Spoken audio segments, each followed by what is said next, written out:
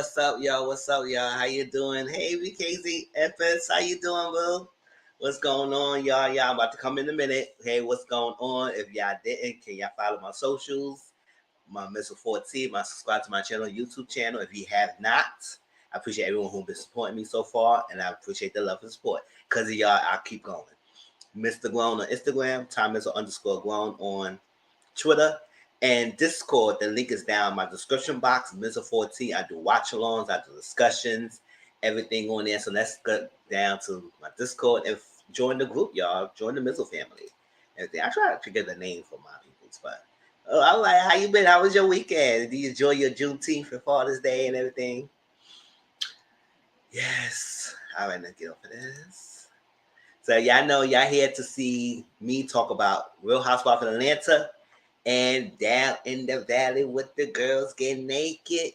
If you go dance, if you know you go shake it. 1, 2, break up. 3, 4, wake up. These dudes ride harder, niggas ride harder. Yes, what's going on, y'all? Yeah, I'm here with the red. Oh, nice and giddy today.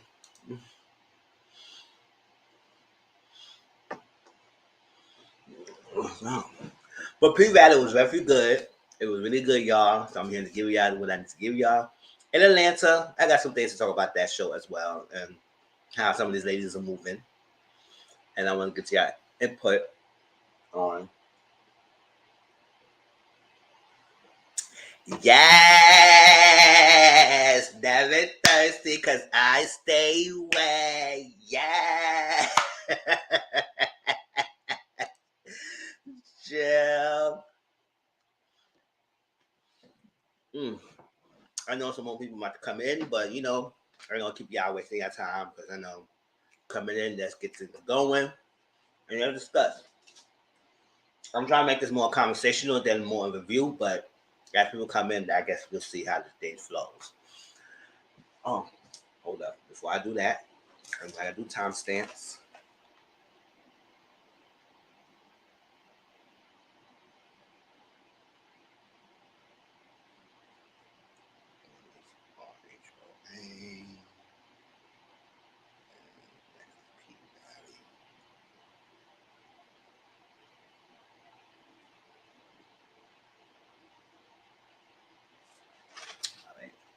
RHOA.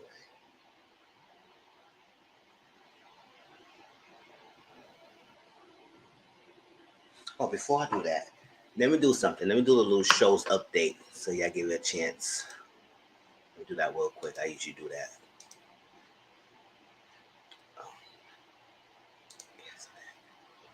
Let me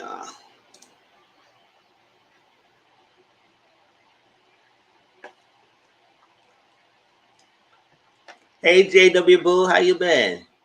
Ooh.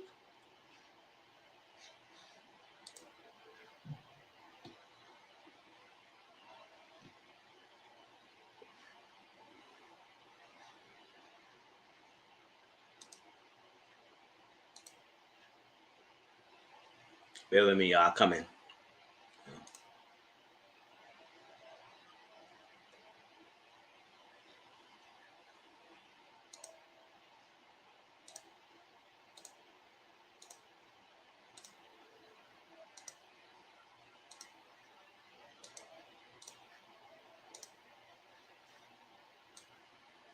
All right, let's do this real quick and then we get into the reviews. All right. Hey Aja, love you too. How you doing? Let's go. Y'all making my night because I was nervous, but I was like, hey. So Love of Marriage Huntsville season 4 is on OWN. I'm doing well. Oh, all right. I'm doing. Hey, I'm being cute tonight. I'm drinking Pepsi and eat some Twizzlers. Basketball Wives? No. Yes, and if you had caught me when I was interested in that show, I was because I did used to. Don't get me wrong, I did used to review Basketball Wives, but the last season I saw Basketball Wives and when they went on that trip, and Malaysia threw that table, and Kristen went against CC and all that stuff like that, and that's the thing that it was alluded that Jennifer talked about Evelyn's daughter. and everything. That's the last season I saw. That Tammy didn't go because Tammy Day was not locked with the ladies, and it was this whole little, what was it? Rumor about. I guess at least that rumor that Shawnee slept with one of not Shawnee, Evelyn slept with one of Shawnee's men or something like that. That's the last season I saw. Cause I used to watch Basketball Wives, but I like.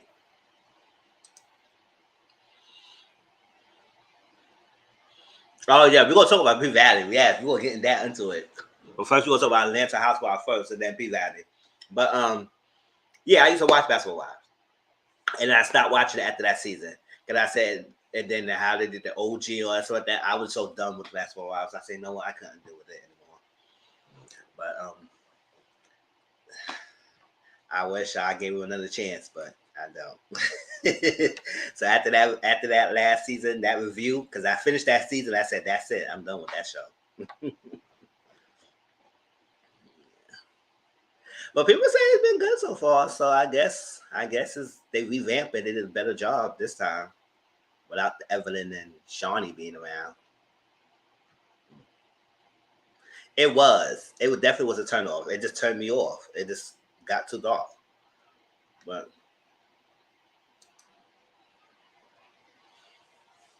I think the only way I will ever go back to Basketball Wives is they completely revamp the cast. All new girls, all new revelers, no people tied to the show already. We need to see new, fresh girls. And I'm here for it. I want to see new storylines. I don't want to see Jackie anymore, even though Jackie, but still, retire that girl. I don't want to see her anymore. I want to see Jennifer. I don't want to see Malaysia. I want to see Brandy. I want to see none of that. Give me all new girls, all new set of drama. And it's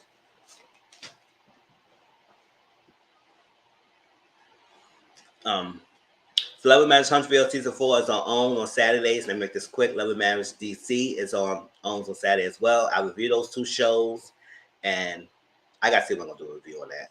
We'll see that happen. Atlanta, we're gonna talk about that tonight. Real Housewives of Beverly Hills. That and Dubai reviews will be up on Thursday. Catfish season 8 MTV on Tuesdays. That review will be on Wednesday. And Married to Medicine's premieres. I don't know what season it is. Y'all can tell me what season the new Married to Medicine is. But Married to Medicine new season will premiere July 10th on Bravo TV. And also Married to Medicine, that show got me up and down as well. Because remember, if y'all remember my journey, I started Married to Medicine since season, I think, 4. Season 4. I didn't watch first 3 seasons. So I didn't know all about that Lisa Nicole or that stuff like that. I watched it later on. I missed the infamous fight between Toya and Mariah down to the White House. I did saw the clip online. Now I got to saw it. I see what happened. But all that I missed. So I catch it from season 4, 5, and then on. I haven't been watching them since the trip with Malaysia through the table edge. That's the same thing. I think that's the same season I stopped watching. After that season, that's it. She threw the table at Jennifer. Yep, that's what it was. Oh Lord, I thought it was canceled. Oh, Married to Medicine? No, I don't think they canceled. They came back. It's been a while. But last season, I didn't even watch last season. I only watched the first 3 episodes, and that's it. I was done. So this season is a new girl. I think Quad came back as a main cast member. Because you remember she was a friend of the show last season. I think she came back a new cast member. And they added a new girl in the show, but I think she's a friend of the show. And it seemed like the new girl and Toya go down at it. And it seemed like Toya smushed her head. So I said, Toya, you fighting again, girl? You fighting again, girl, on Bravo, Toya? Child. The person who don't do that much to stay in the house complaining a lot. Still got a lot of fighting and frustration and anger going on. I'm going to try to watch the season. It seems like it'll be interesting. So I don't know if I'm going to review it. If I do decide to review it, it won't be a week-by-week basis. It will probably be like every other couple episodes, and I catch up on it and I talk about it. But I'll probably do watch alongs.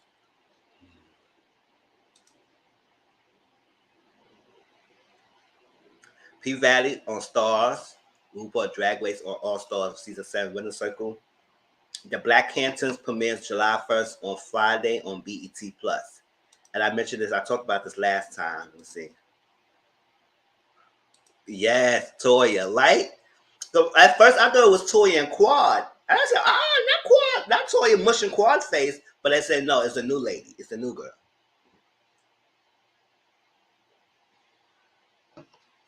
Um, the Black Hamptons, if y'all ever read Carl Weathers, so I think I mentioned this last time. I usually read a lot of books. So Carl Weathers is one of the authors I read a lot. And Black Hamptons, it's been so long, but I remember that book. But basically, the overall basis of that book is a piece of land that two rival families are trying to get. And, bunch of drama, how the books are, bunch of dramas like that. And one family is old money, and another family is new money. And how they try to battle back and forth against this, trying to get this land. So, the Black Hamptons, the rich, the money aspect.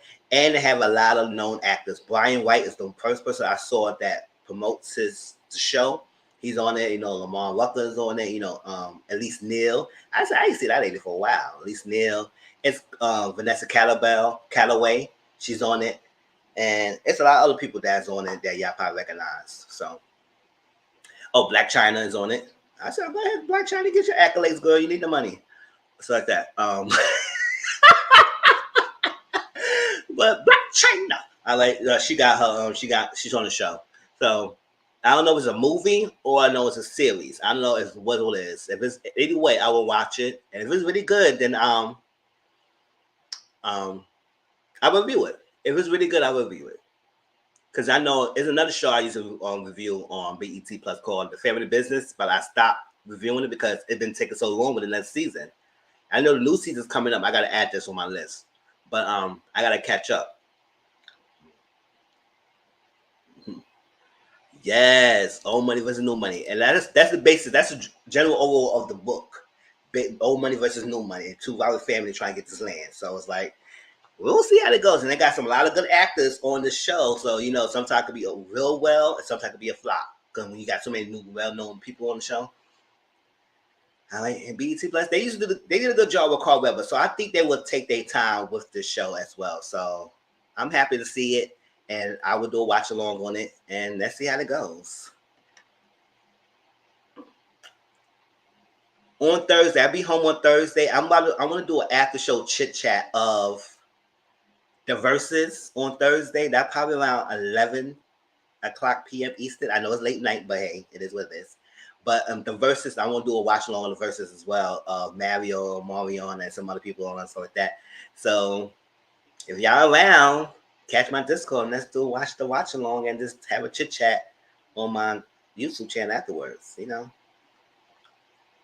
Let's see how that goes. I know sometimes I don't go to bed early, so I know some people was up just like me. So we have something to watch. And that's it. And this Sunday is Mr. Social Corner. So if you're around, we're going to talk about Lisa Ray. We're going to talk about DJ Academics. We'll have 6 round chick question Q&A and any other topics you want to talk about. Other than that, that's it.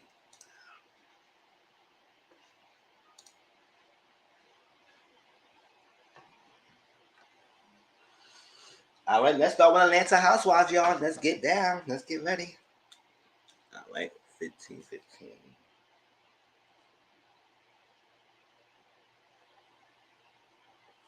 So how y'all feel about this latest episode? If y'all seen it, I don't know. It gave us a build-up of the blowout between Candy and Marlo. We already know they're gonna have a blowout this season. This freaking does Mary have enough songs versus no shade? I don't even know either. Maybe because I did grow up listening to these people. Sammy, RJ, Marion, Mario, all this stuff like that. So I would say, you know what? I would usually watch verses, but I say no, let me watch it. I'm gonna be home Thursday. I know a lot of people will be watching that. So instead of trying to do something else, let me do a live afterwards and then just watch it together and just do a live and have a chit chat. If it's whack, we're gonna talk about how whack it is. If it's good, we're gonna talk about how good it is. And that's it. But the live will be around 11 o'clock because I think the verse is usually 2 hours, right? So the live will be probably around 11 o'clock and just be a little half an hour, the most chit chat of it.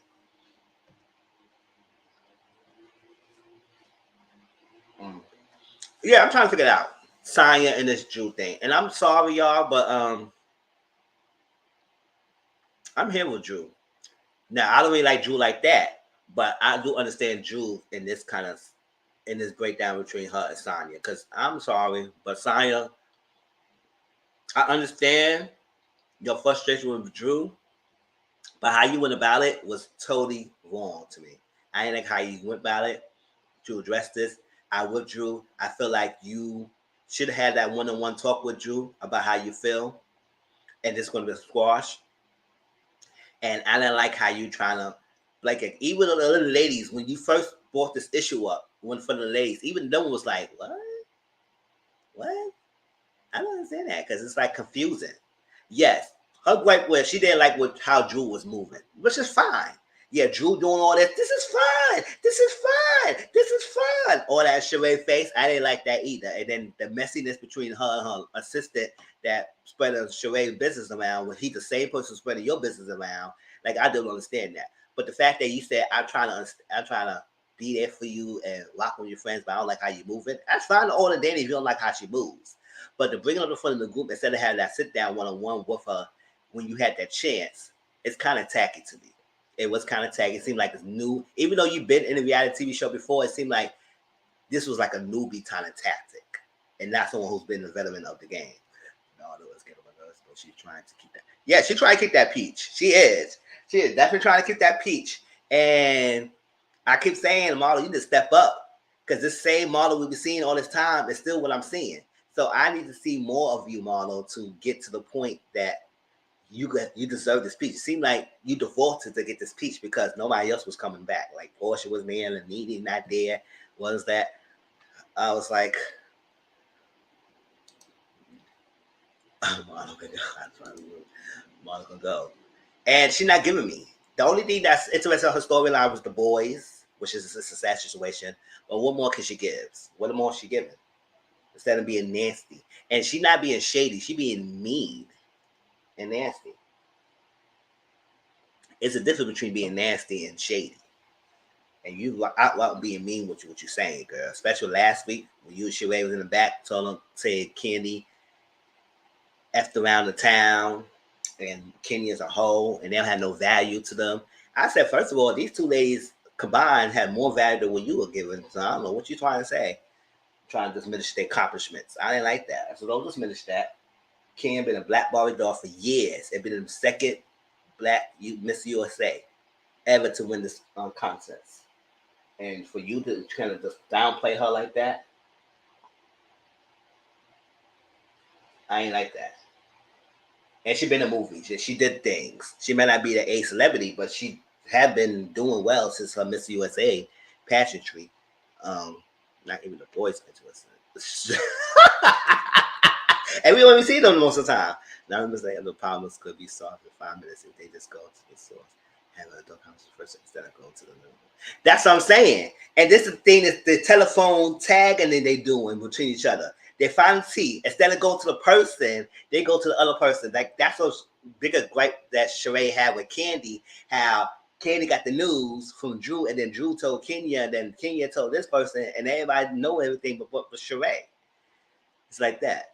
But Sheree, you've been a ball collector all this time, girl. You've been doing the game. So she is playing your game, basically. When you be going in and out your seasons, Candy be carrying the bone for you. So it's like, she just learned from the mother. So she learned from mother bone collector.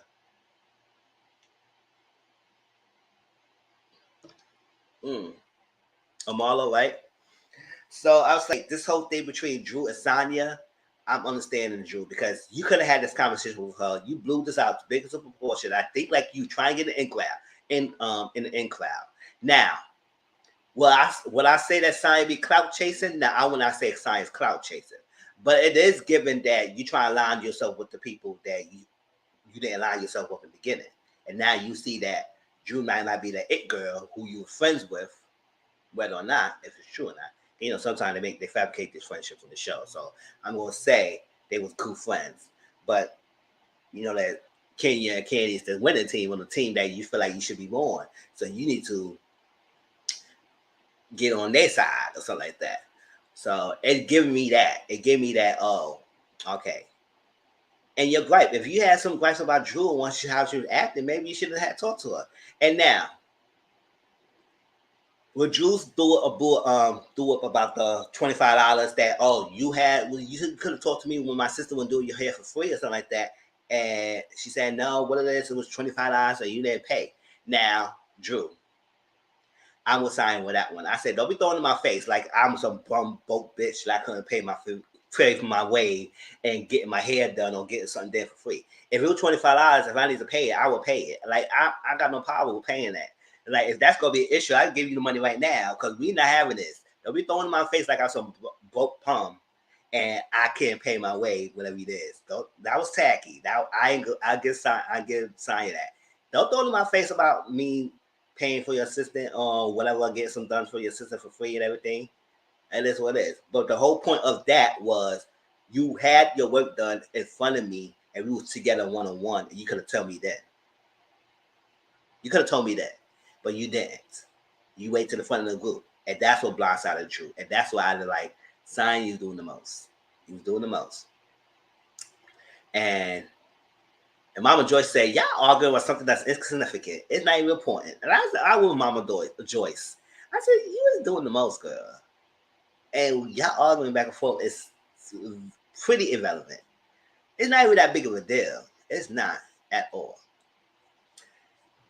That whole thing, also I was Drew about the gold medal. We know you a 4-time Olympic gold medalist. And when she did that read to Drew, I gotta give it a say. I said, okay, son, you got that little clap back because Drew had nothing to say after that.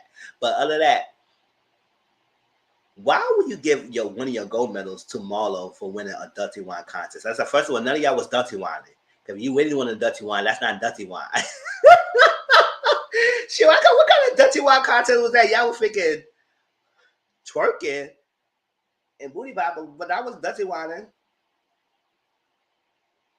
And Sonya, how you from the islands didn't even know what dirty wine is? You said dirty wine contest. I said, what the hell? Sure. But you gave a gold medal. And I will Drew with that. I say, well, you don't see Kenny giving her a crown. You don't see Kenny giving her Oscar awards for something. But you would give you a gold medal to Marlo for winning a so-called dirty wine contest. And I was like, no, you shouldn't have gave her that. You should have gave her at least some money or something like that. Or at least whatever. Or at least a ticket or something. But not no figure gold medal. Like, that's not cute. To me, I will Drew with that. I said, I will not get my gold medal for this girl. No, that's not happening. And he gave you a gold medal. Why didn't you get the bronze one that you don't claim? Well,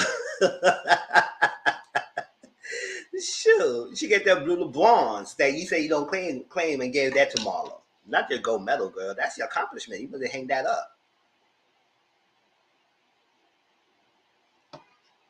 She right? So I was like, no. So, do I believe science cloud tracing? No. But Drew did say science will try me hard. And I said, ooh. Now, I won't go there. But, listen. It is what it is. Now, when Science had that little sit down with her family, and they try to shun Drew like she wasn't that girl in the game, when I used to watch that show, I said, to be honest, the game is good. But Melly and Derwin character storyline didn't pop up until Drew came in and shake things up. It just shook things up. They had that little thing. It's definitely giving pick me, but we gotta go there. Sure. It did give it to me to the point that she was trying so hard to be liked, to come after Drew. Because we already know that Drew is not the well-liked person. Even though Drew is not well-liked on the show, it keep people, her name is in people's mouths on a weekly basis. It's trending. Just like on the other show that Monique keeps saying, Potomac, Candace's mouth, whether you like her or not, it's always in people's mouths and it keeps them trending. These shows know who they like. So whether people don't like Drew or not, she's giving something. Yeah. And to be honest, I ain't know Sonya either. I know people say she had another show, but I didn't see that show. But I didn't know Sonya either. This is my first time to get introduced to her. So I'm trying to see her as she's presenting herself on the show. And when I'm presenting myself, I don't hate her, but I'm just liking some of her antics. And Drew, I could go with Drew. Like Drew irks me sometimes, but sometimes she be funny. I can't take her seriously, but still, she gives something and everything. So it is what it is. But what Cyan on the family were trying to diss Drew about her role in figuring the game, she was like she wasn't meddling in the game. I said, okay, yeah. When she played herself, she shook things up for the storyline between Marlon and Derwin. Shook things up. And it went downhill from there.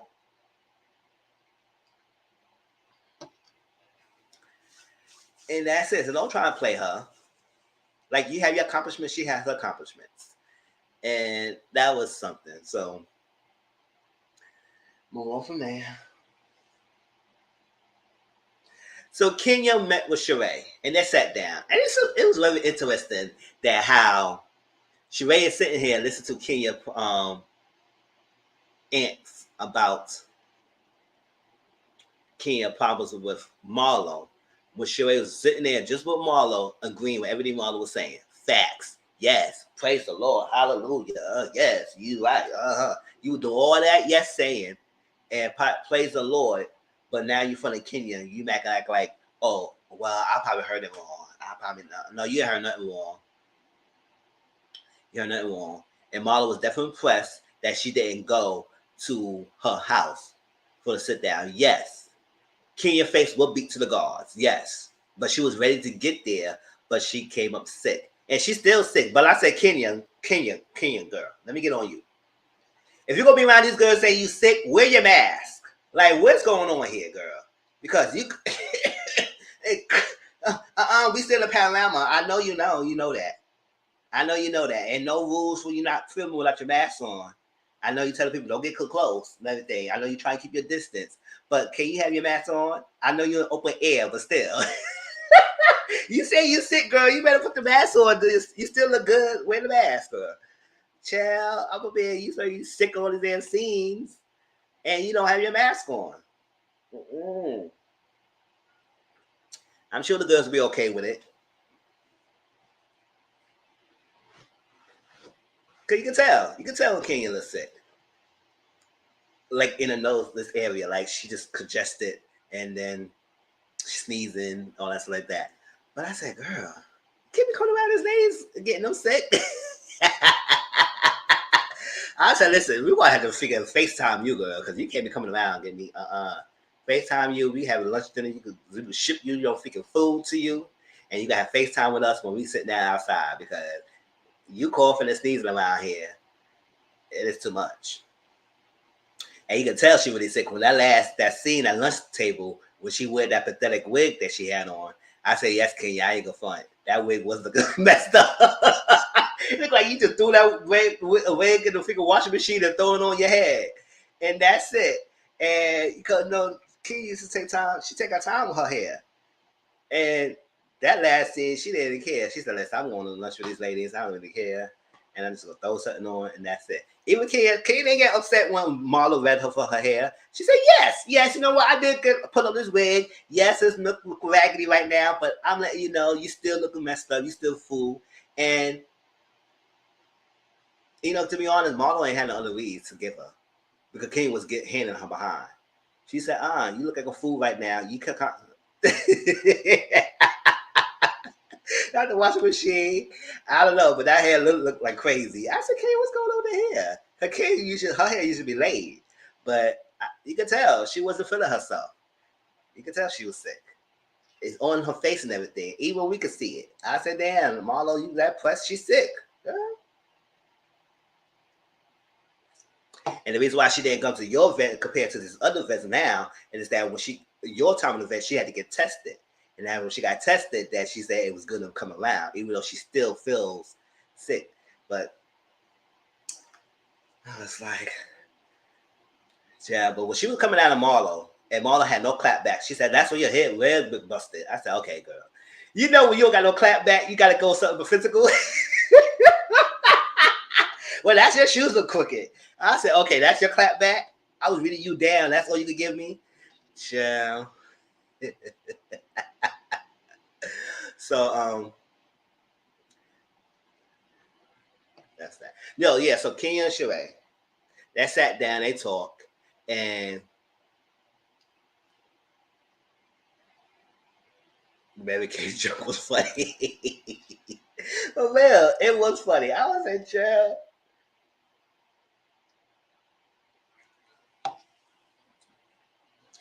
Kenya mentioned how her business is kind of faltering right now because she's a woman with show and she's not meeting the deadlines. And then the product that she was getting her bottles from is back order.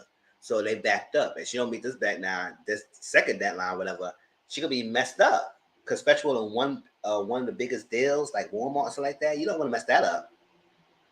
So Kenya, you need to get it together, get an assistant, somebody to help you. Or get another supplier, some chains or whatever. But you can't mess up your bag. You need to build your fortune with your daughter, child. And then she by Sheree say she gonna revamp her thing because I said, how long are you trying to revamp that thing? She by Sheree, I don't know going on with you, girl, but you need to get together with that damn line you have. She trying to do joggers. She trying to do this. She trying to do all that. And when they do, Bob was playing the flashbacks, and I said, "Oh my gosh, I remember all of that." I said, "Girl, your business was not going anywhere." And she said she needed a team. She needed a team. But she did mention how when she be working with some of the males, producers, execs, and companies, when they get close to almost signing the deal, then they want to try to throw in, oh, can I take you out to dinner? Or can I have sex with you? All that's like that. And I said, no, that is kind of tacky. Why we can't get professionals? But you know, that's how it is in a lot of these industries. Even the music industry is a lot. That this is a fashion show with no fashion. Child, how you had a fashion show with no fashions? I was like, child, in the industry, when the male dominated industries in music and entertainment and movies and stuff, sometimes the females don't get their just due because that's all they think of them as objects, sexual objects for the fantasy. And they some people don't get pushed through if they don't put out. Now, I'm not saying that all of these go through that, but most of them does. And that's a lot of them don't, they end up not going further in the industry or leaving and do something else because they can't do it or they have their own business so they could work, they could be their own boss instead of relying on other people. Mm-hmm. She should do fitness. I don't know why she do Chiba fitness or something like that. Like she could have did something. Do something with her lane ass. Her body looked great. Bone structure. After all these years, her face looked beautiful. And I said skincare, something. I don't care how many people have skincare. You could have did something. Like, what's your secret? Child. Now Marlon talked about what else I say about Key and Sheree? So they talk about their businesses, which is a good thing. Because sometimes you do need to show the backside, the downside of businesses. Because it's not always a success. Well, you want to be a success, but sometimes it is some setbacks. And we need to discuss those setbacks for any other business person who want to be a business. Because it never going to be always good. It going to be some downside. And I do like that they share that downsides of the businesses.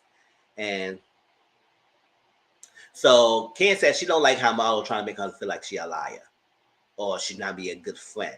And I said, Sheree, listen, when you was down practicing your freaking production scene for Love at the Lockup, She by Lockup, and Tyrone stood you up, who's the person you call? You call Kenya. And Kenya was there on the phone for you. For you to flip around and say, like, oh, she not being a good friend. Oh my God, I don't know why you wasn't there for me and everything. You should have came through. Actually, she was sick. She was sick at the end of the day. And she told Marlon that. And Marlon didn't like that she didn't there. That's all that she cared about. She didn't care if she was sick. She just didn't like she didn't there. But I said, what you want me to get y'all upset sick? Sure. Girl, go sit down. So, Ken said, let's have a luncheon with the ladies for you, Sheree. And let's be there for you. That's good. Now, Marla mentioned how she has this program called, what is it, Glamming Up. And basically serving foster care children, and helping them through life. Having them go out to eat, restaurants, clothes, all that stuff is nonprofit organizations that support foster care children. Because, Marla grew up in foster care system. And now she want to give back, which is fine. Now, Candy said she had a bag of clothes. Well, some of the clothes she probably only wear once, and that's it. And she said she wanted to donate it because she was thinking about all the event, which I think was a great thing to do. Now, she called Marlo, and Marlo said, Candy, I don't like no hand-me-downs. Because, when I was in the foster care, some people trying to give me hand-me-downs. I ain't like that. So, like kids, I was trying to show them some good things about some fashion and everything and so forth. And the clothes that you have is not good and everything. So, no, don't thank you and everything. And she said she don't understand why Candy felt like that was a good idea. After 10 years, she know me, then that was good. I said, first of all, let's go back. It's Marlo's non-profit organizations. She can make her decision when she want to make a decision because that's her company. That's okay, cool. You don't want that, that's fine.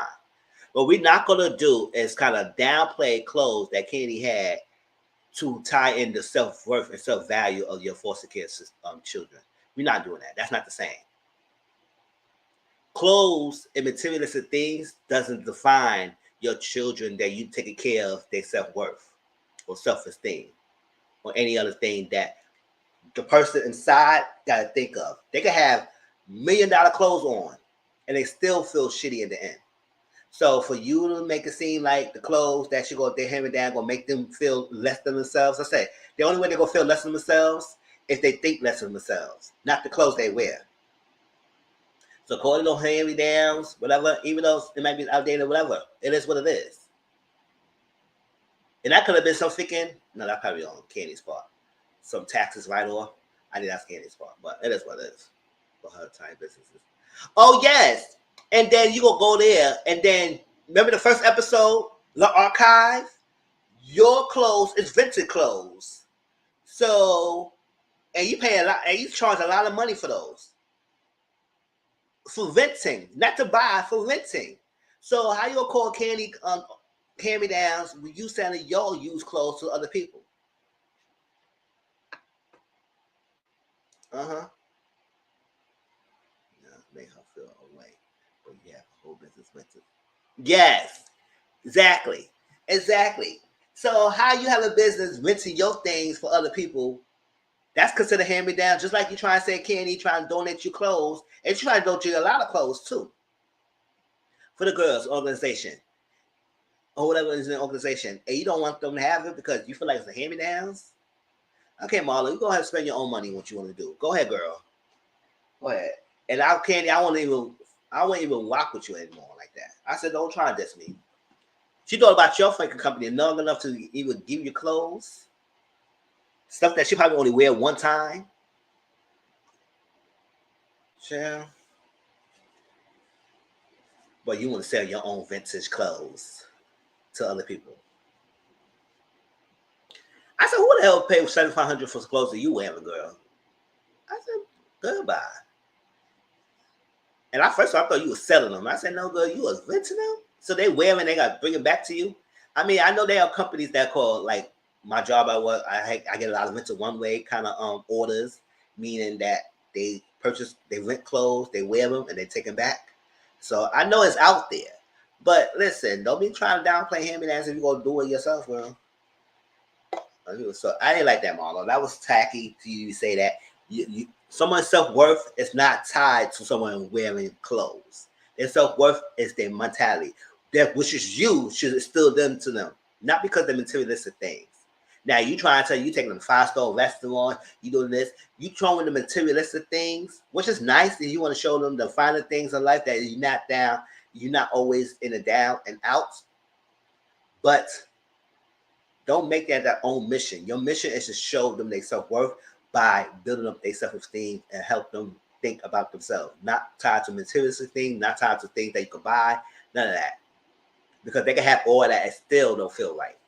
So, girl, you need a lot of angle in your organization if you think that materialistic things defines something because you want to go and be hand me down, so you feel type of way about it. That's all you, girl. Who will say these children ain't gonna like what Candy had?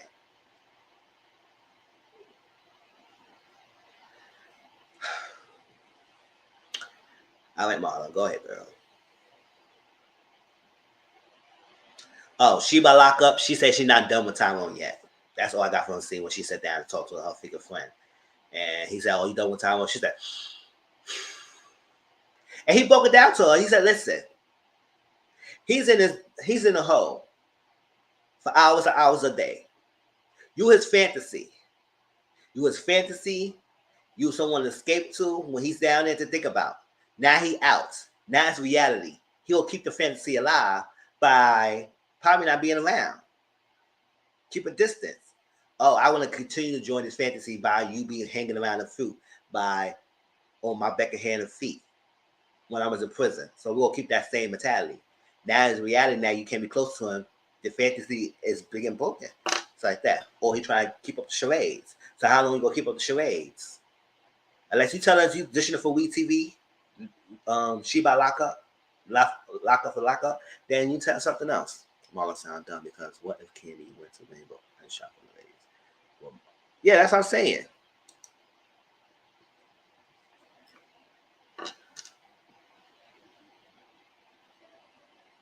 I said that was totally tacky for Marla to do that.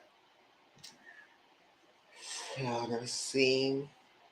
So the lunch table, and this is gonna be the last thing. Then we're gonna go into P Valley.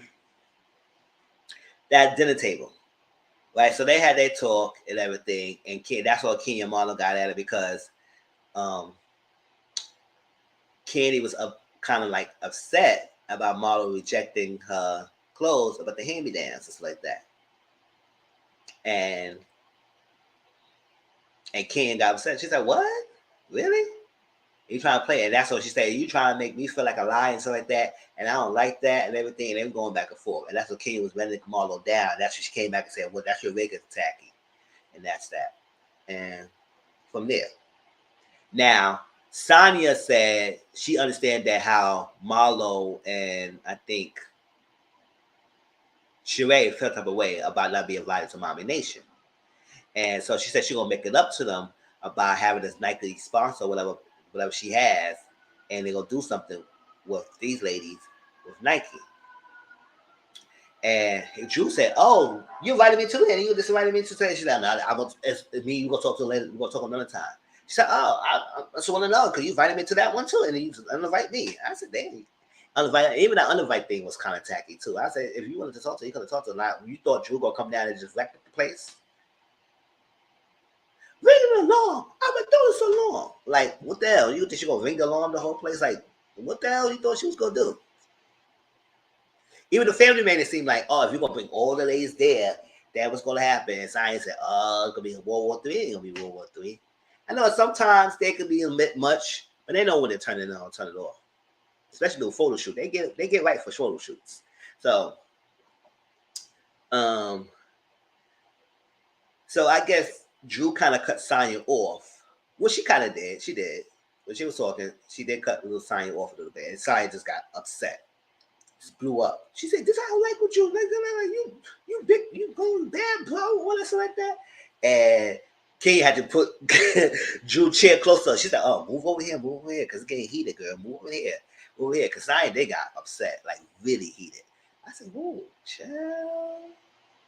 So Drew, maybe you shouldn't say nothing. Shell, because she looked like she was about to fight. And they were going back and forth, back and forth. And Drew said, oh, well, she reached out to me when she reached out to me. And she really understand why the hell Cheyenne got upset like that. And Ken said, you know what? I'm only be real with you. You did was cut her off. And she said, oh, okay, well, I ain't apologize for that. It is what it is. I said, all right, then. All right, Drew. We'll see how this goes afterwards. But that was the episode. I mean, anything I missed something like that? Did I miss anything? Let's see. Oh, last thing about the Marlo and her nephew sons. Her sister is getting denied. Every time she go to court, she getting denied because she refuses inpatient care. because that's something the judge is trying to help her in. She keep refusing it. He denying her to get released anything. Now she's trying to take her to trial. If she take her to trial, she might lose, and she ain't gonna get the care that she needs. So she was hoping that her nephews will talk to their mother and try and get her to understand that you can visit you, have inpatient care, that's what you need. And when she got on FaceTime with the sister, she cursed her out. The sister cursed her out, blamed her for everything and all that stuff like that. You the reason why I'm down here and all that stuff like that. And Marlo got teary, got upset and crying. And I don't really see this boys as questions, but it seemed like they kind of felt hurt about it too. And I was like, oh, I like Marlo. I mean, I gave the season, but don't try to put my heartstrings with this storyline here. And I felt a little bit too. I said, damn. That's the only genuine thing I see about her in this storyline with this having the peach holder with the boys and stuff. But I said, okay. Sometimes some family members you can't. She was trying to squeeze a tear. I ain't gonna front. She was trying to squeeze it out. But you can tell she felt hurt about her sister cursing her out like that in FaceTime, especially in front of the boys and her nephews and stuff like that. It says it's not well. She was trying to squeeze it out. That's what they paying to her back all the time. When they say, girl, you wasn't cutting no clear tear out of that eyes. Let's just hold you and just do that, and that's it. But that was the episode. I guess we'll see next week or more going on with the ladies and everything. But if you have anything I missed, y'all put it down in the comment section and let me know anything else. We can move on. But y'all ready for P Valley? Down in the valley with the girls get naked. If you gon' dance, if you know you gon' shake it. 1, 2, break up. 3, 4, break up. We dudes ride hard. These niggas ride harder. Yes.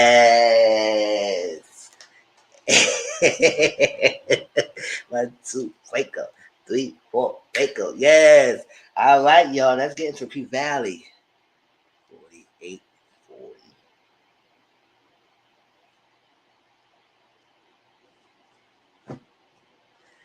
This episode was good. I don't know. I was really enjoying this episode so far. All right, so it's not gonna be going in order. We're gonna try to have a conversation and just try and talk different things. So I'm gonna talk about a little bit about the Andre thing because that was like the shortest thing. So we all know that Andre's down in Chucalissa.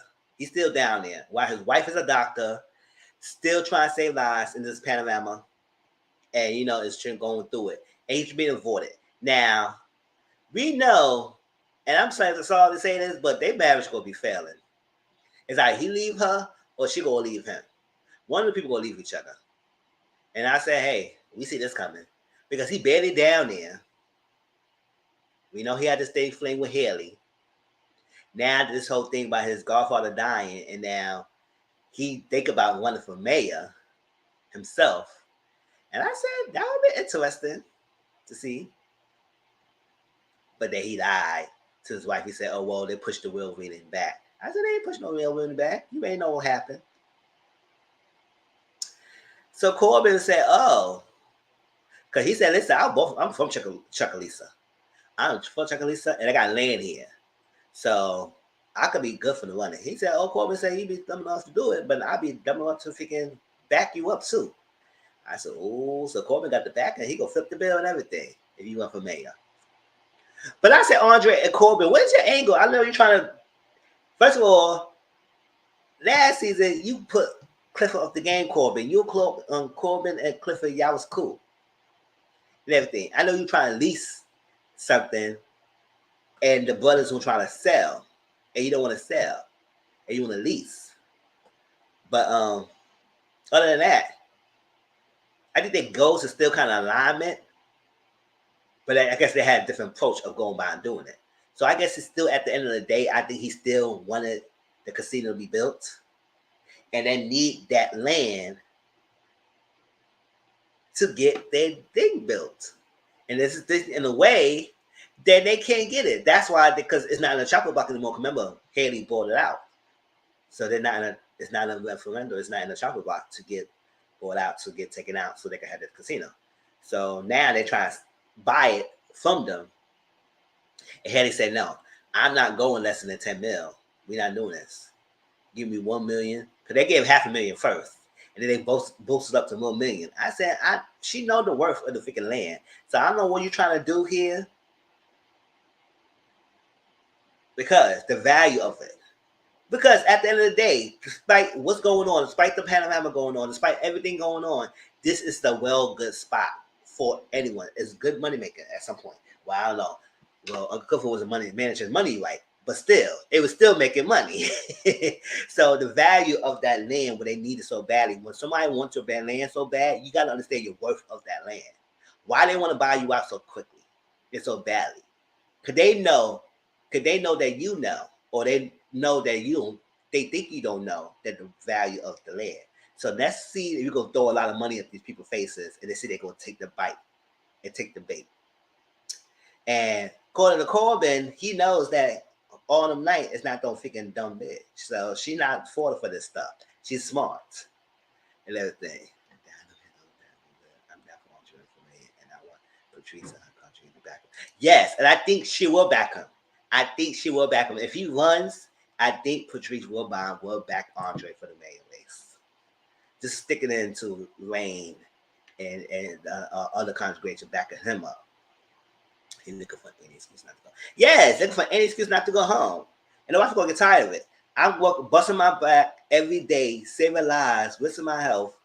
When you live upstairs and I'm downstairs. I want you to come home. And she even got him a job with working her father's firm, litigating. And he just turned that down. He said, I need some time. Time for what? Just tell myself, I'll take the job. I'll come back in 2 weeks with something. Sure. So this whole thing about getting them to sell, it's not going to happen. And Autumn said, listen, 1 million is not even a tip. I hear that. So, but I was like, cool, you just change it up. You try to go freaking villain towards them now or something this season.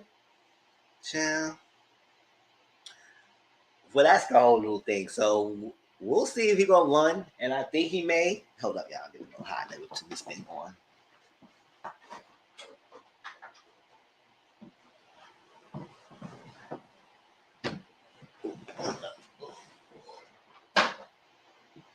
So we think he's gonna run. We're gonna think he run. It's gonna be a good thing if he does run. Now, we'll see. And he still got his little crush, a little thing on him. So we'll see how that goes, y'all. We'll see how that goes. Let's go else. All right, so let's talk about this freaking Bucky replica. Y'all know I nicknamed her. So if y'all wasn't here last time, I nicknamed Roulette Bucky replica because she looked like Bucky Shea Johnson for me. So that's what I'll call her. And Whisper is aka Gidget Square. So if I say Gidget Square or Whisper, that's the same person. Roulette or Bucky replica, that's the same person. That's what it is. Sometimes I interchange the names. All right, so Bucky replica, she was in that freaking champagne room, swinging on that pole, the pendulum's pole. I said, girl, you better not keep swinging that so hard in that pole. That's a Montevideo spirit is in that freaking room. The Montevideo spirit is in that room. Don't fall nothing here. Because I was nervous for her. But she was doing her thing. So the guy, he was sitting there, nice little guy, and everything, sitting there looking at her while she's doing her routine.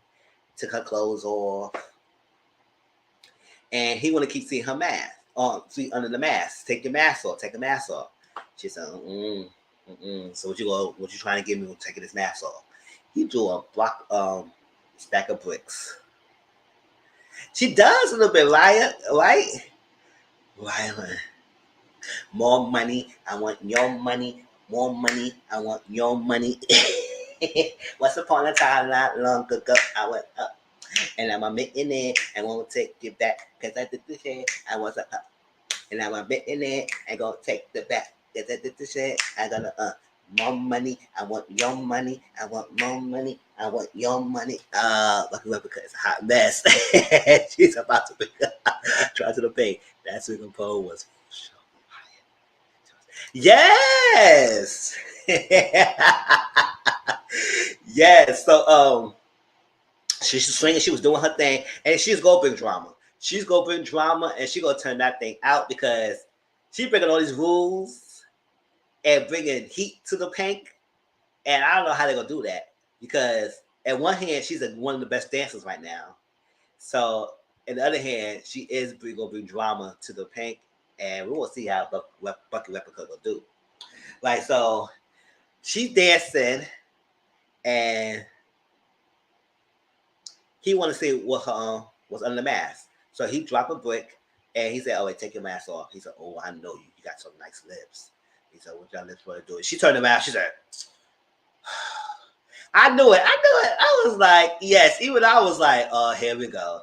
Because normally, and I see this happen all the time. Like, true story. I have people saying I got some nice lips all the time too, and I said, okay. I said thank you, but what you want? I know what the hell you trying to get, and it's not gonna happen. So it was like, so she said, okay, we can't be doing this. Hoeing, you out the door. And he said, I guess we're gonna have to go to the door then. I said, all right. But she said, oh, so what you gonna give me to do that? He put another black. I said, oh child.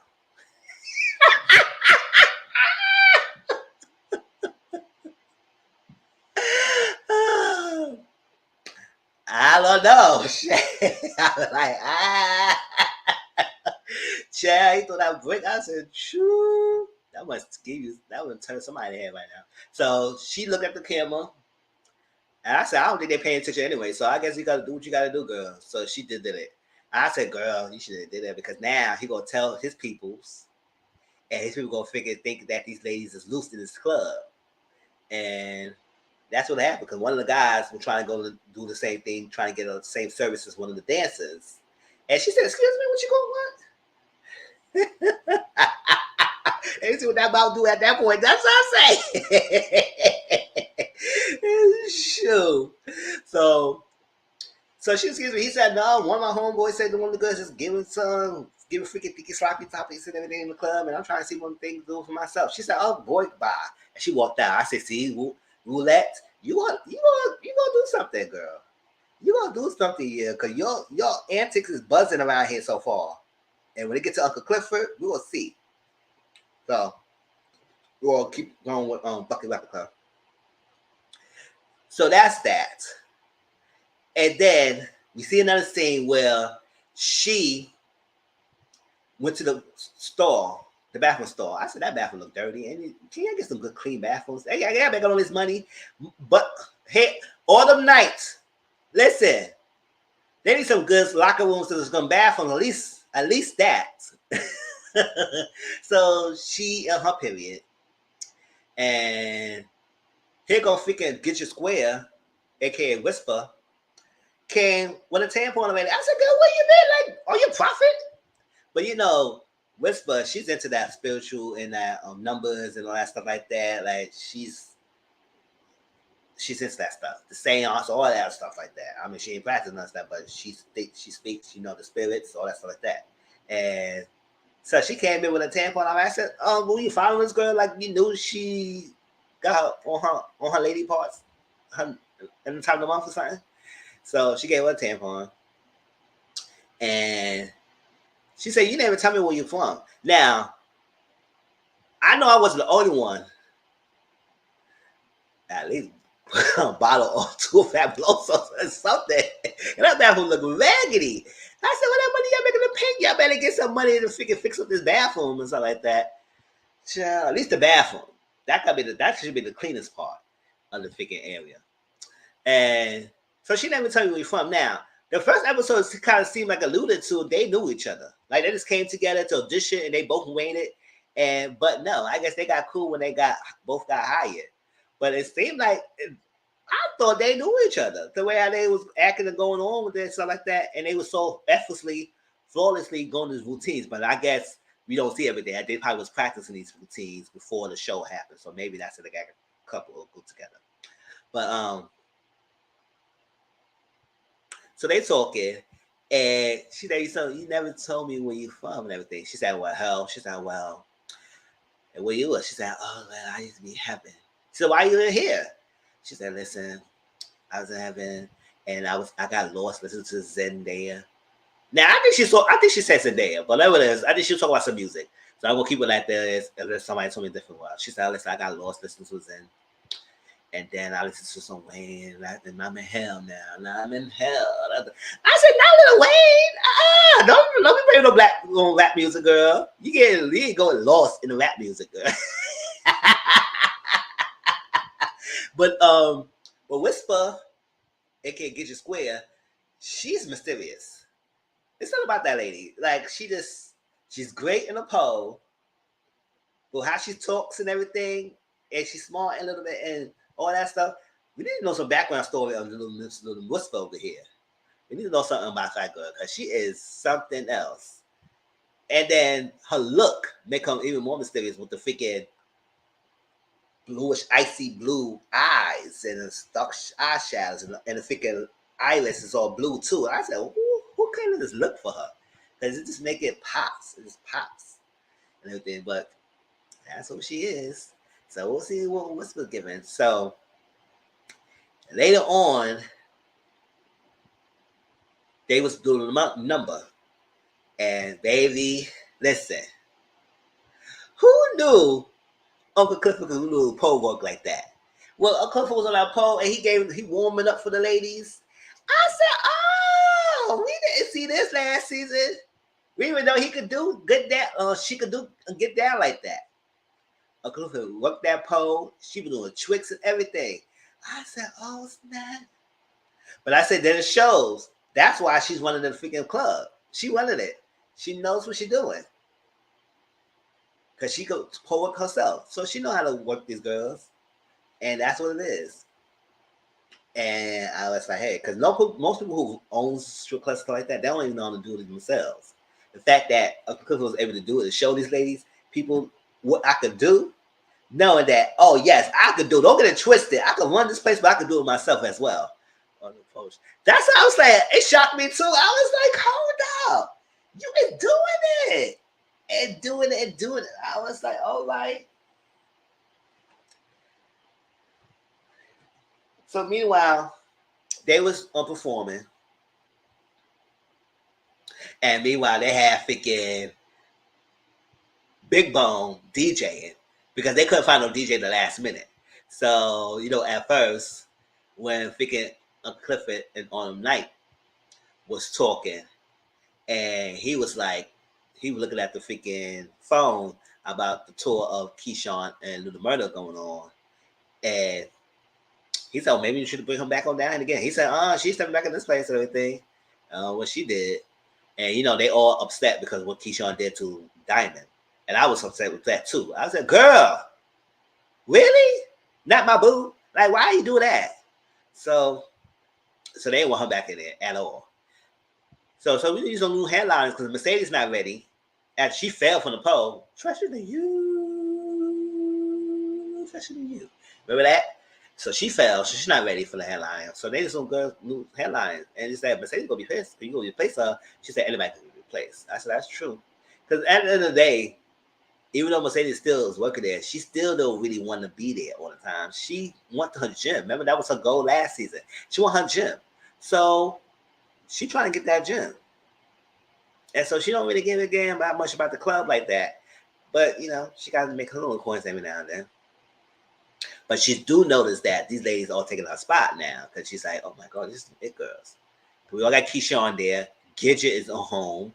So it's like the trio, the trifecta trio, they not together anymore. So it's like we need some new blood up in here. So because they wasn't open yet, Mercedes fell, thinking Big L burned up the wings. She said, it's your problem. And you 85% your problem, I'm 15%. But now if you want to make it 65% your problem, we can make it work. And I was like, oh, so they're trying to renegotiate the ownership. So they end up coming up with 69-31%. I said, can we make it 70-30? Okay, we make it. Like, you could have did that. Like, you ain't got to be the odd number out like that. But they 69-31%. So Uncle Clifford got 31% of the club ownership of the club. and All New Night has 69%. And so Big Bo was playing not the mama and not the mama and then not the mama and you gonna get it tonight. And Uncle Phil said, "Ah, snap!" So that's what she had to be the DJ because he said, not an auxiliary cord in the freaking iPhone playlist to go and help you be a DJ." But she said you were just bumping her song just not too long ago. He said, "Okay, you know what? You can do it." I said, "Go ahead, Big Bo. You better make your plug." But you know she gonna shake her behind too. I still feel he's gonna do some ish. I don't know. I feel it too. It just in my spirit. I don't know. I don't think she will try to do anything, but at the same time, it just feels some mysteriousness going on here. Like, is she really gonna try and play them or not? Because I said, "Girl, you would do all that trouble to save the place, and you gonna try and do some grimy stuff under his nose. Don't let us hate you anymore, girl. Don't let us hate you anymore." So that's how she made becoming a DJ. So Big Bo was playing DJ, and Roulette and Whisper was doing their thing on the pole, all that tricks and everything. And at first, I ain't gonna front y'all. I thought Roulette, because she was on that high, because before they came on the stage, and I said this was tacky. I said, why can't we do this? Why we do the same thing?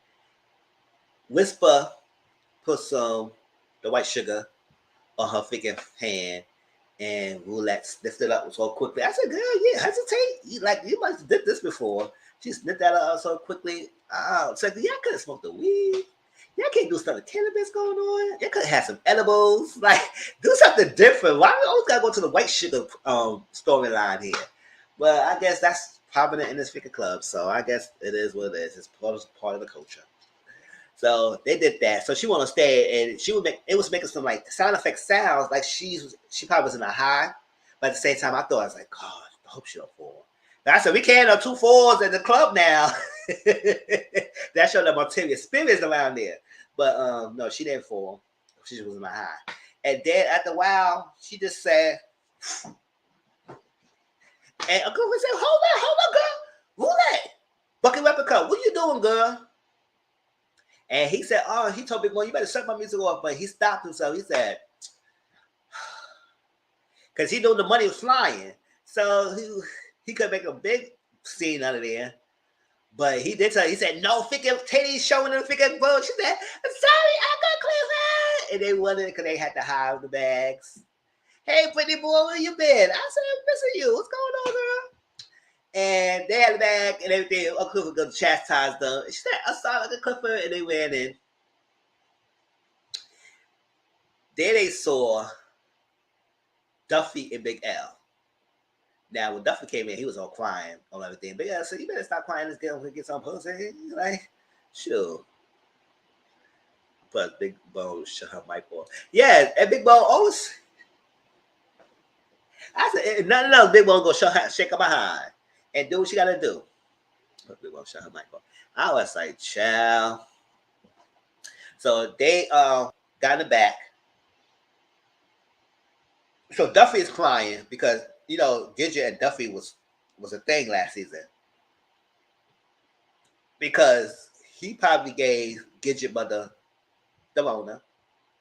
And, that's the Mona. And she passed away.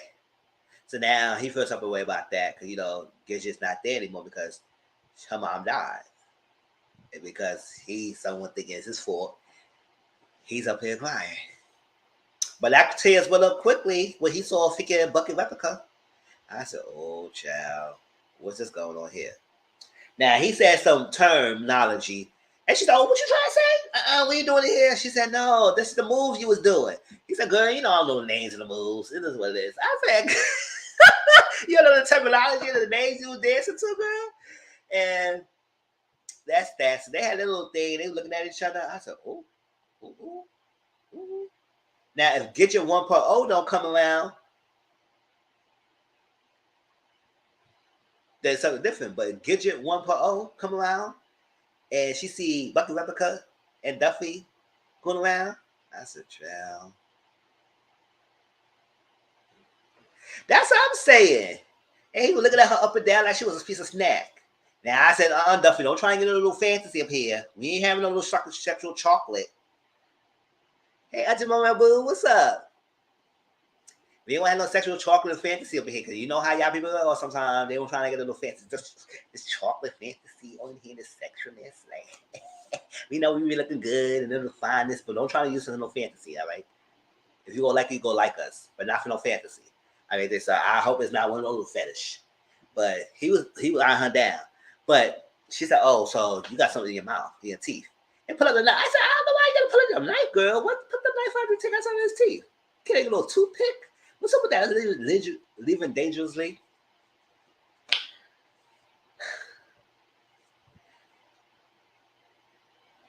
And then another thing, because we keeping up with the Bucky Replica storyline. She coming around in a car with big platform boots on, with highlighters, not highlighters, with lighting shoes on, and she would do some service. I said, "Come on, girl, you can't be the loose one in here. Is one, you were the wild firecracker. You the best one of the best dancers there. You sniffing up the white sugar. You breaking all these rules." And you're gonna be loose at top of that? I said, "Girl, don't be doing that. Now you're gonna have a freaking loose name over here." Yeah, she did something because she breaking all the rules. So she said, "Let me know you want the freaking roulette experience." I said, "Not the Bucky Replica experience. Well, we can't do that."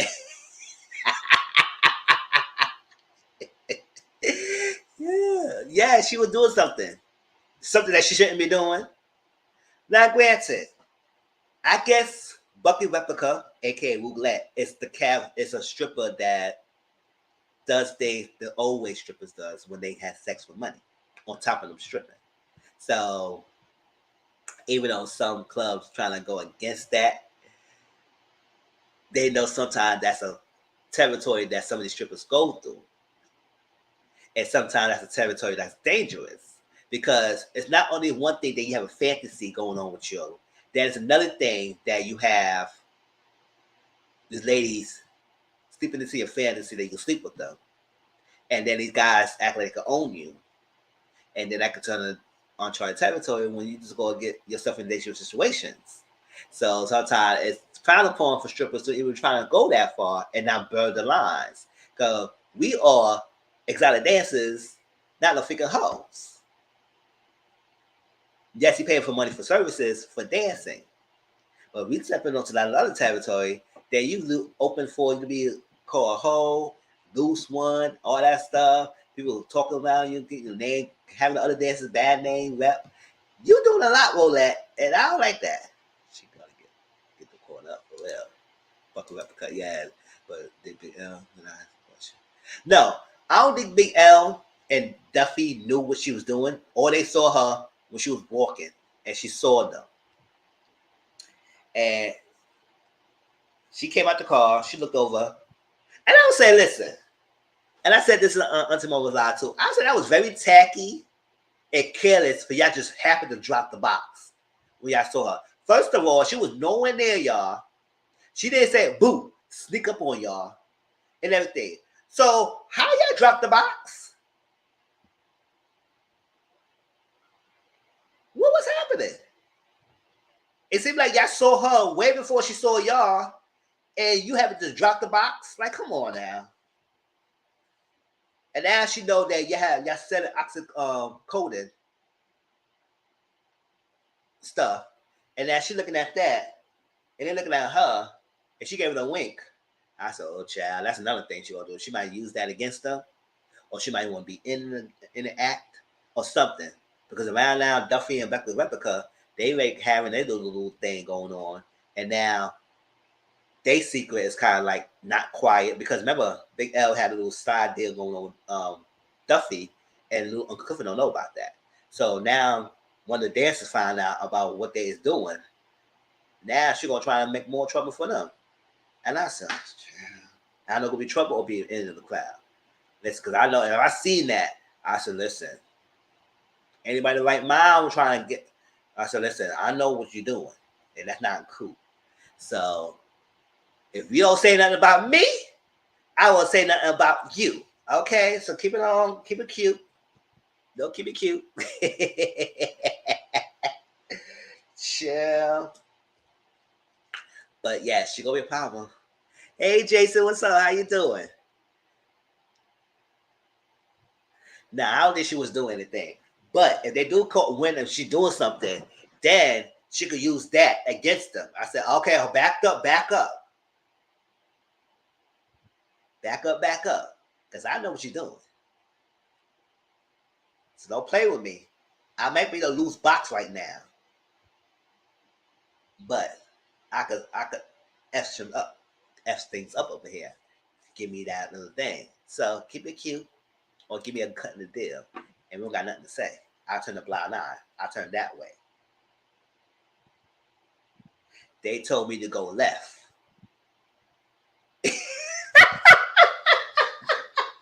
I know what I did. They told me to go left. And that's what it is. And I went left. Shoot.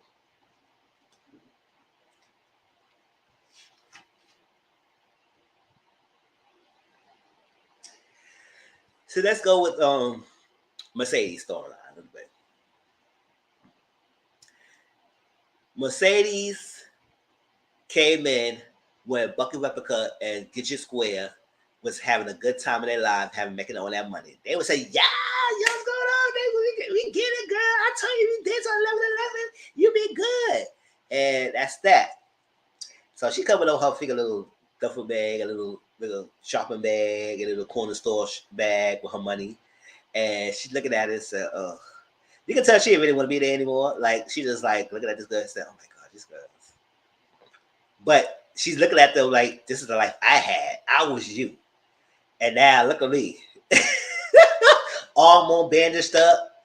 Now I got the little bag, and y'all making more money and coming here freaking figure 1 week or the 2 weeks y'all been in this club, and I'm in here, and this is what I'm getting. Child, I know Mercedes was boiling inside, but Bucky Replica said, listen, girl. Mercedes, I see your bag. Your bag ain't half that. It's half full. I'm an optimistic type of chick. She said, mind your business that feeds you. Mind your business. I said, oh, okay, excuse me. Shoot. And then walked away. So she was trying to go to a club. While she go to the club, she saw the restaurant next to her shut down. And I said, oh, that's a soul food place. No. Chad, that would be a great business spot for them. After they finish dancing and having the whole thing, they go right in the next door and get some freaking food.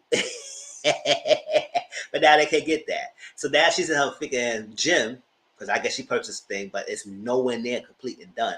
Wires hanging out, all this other place, everything. So she said, oh no, my luck could change. My luck could change because I can't swing on the pole right now and get this money that I need to get. So she called coach. And Auntie Mama, you was right. The coach for last season was Brandy's baby daddy and the Queens. Yes, that's him. I was like, hold up. Yes, that's definitely what's him. They said they changed the coach. And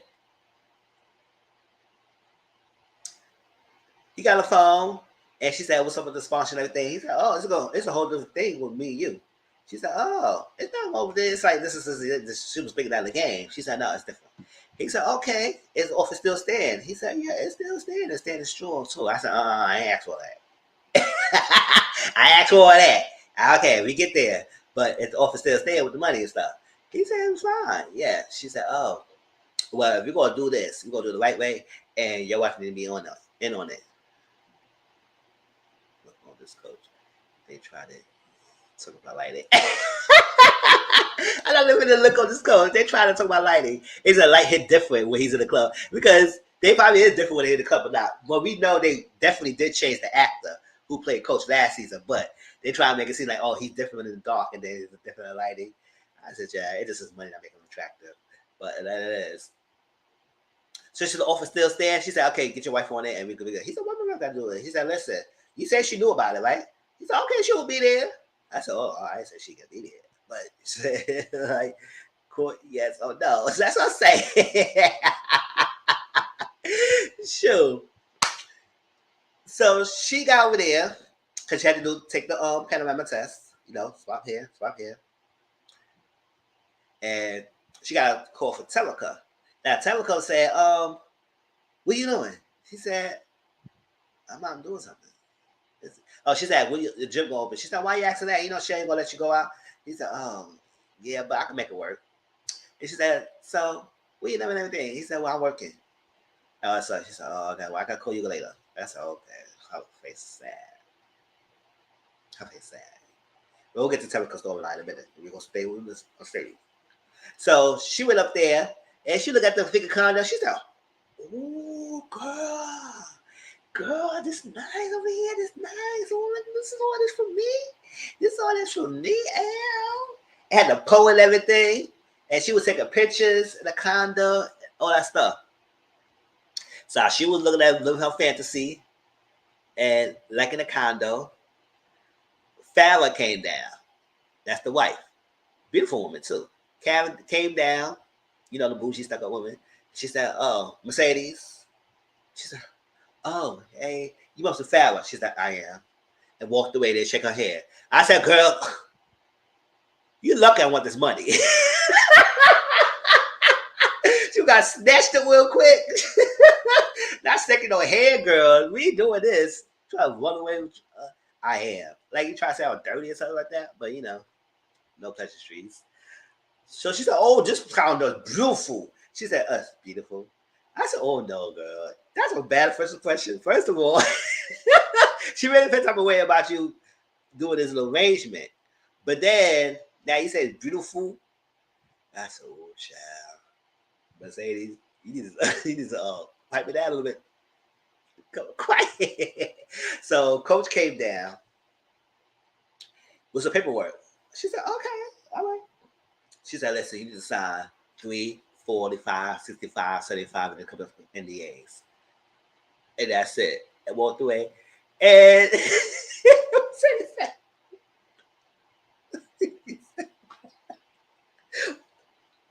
but listen, I'm not mad at the wife. I'm not mad at that signing the papers. Because a lot of these freaking celebrities and actors get jammed up dealing with these loose mouth type of people who can't keep their mouth shut. Want to do all the couches, want to put up pictures out, want to put videos out, put all this stuff out. If you got to sign the papers, they would think twice about doing these things. They would think twice. But one thing about Mercedes, she signed that papers real quick. I said, girl, you should have read that papers real quick. You should probably just read that papers real quick. And see, loopholes going on, and see, think they try to jam you up. Because, sometimes, yeah, she's on this bliss right now getting an arrangement, but this could go sour real quick. So we don't know.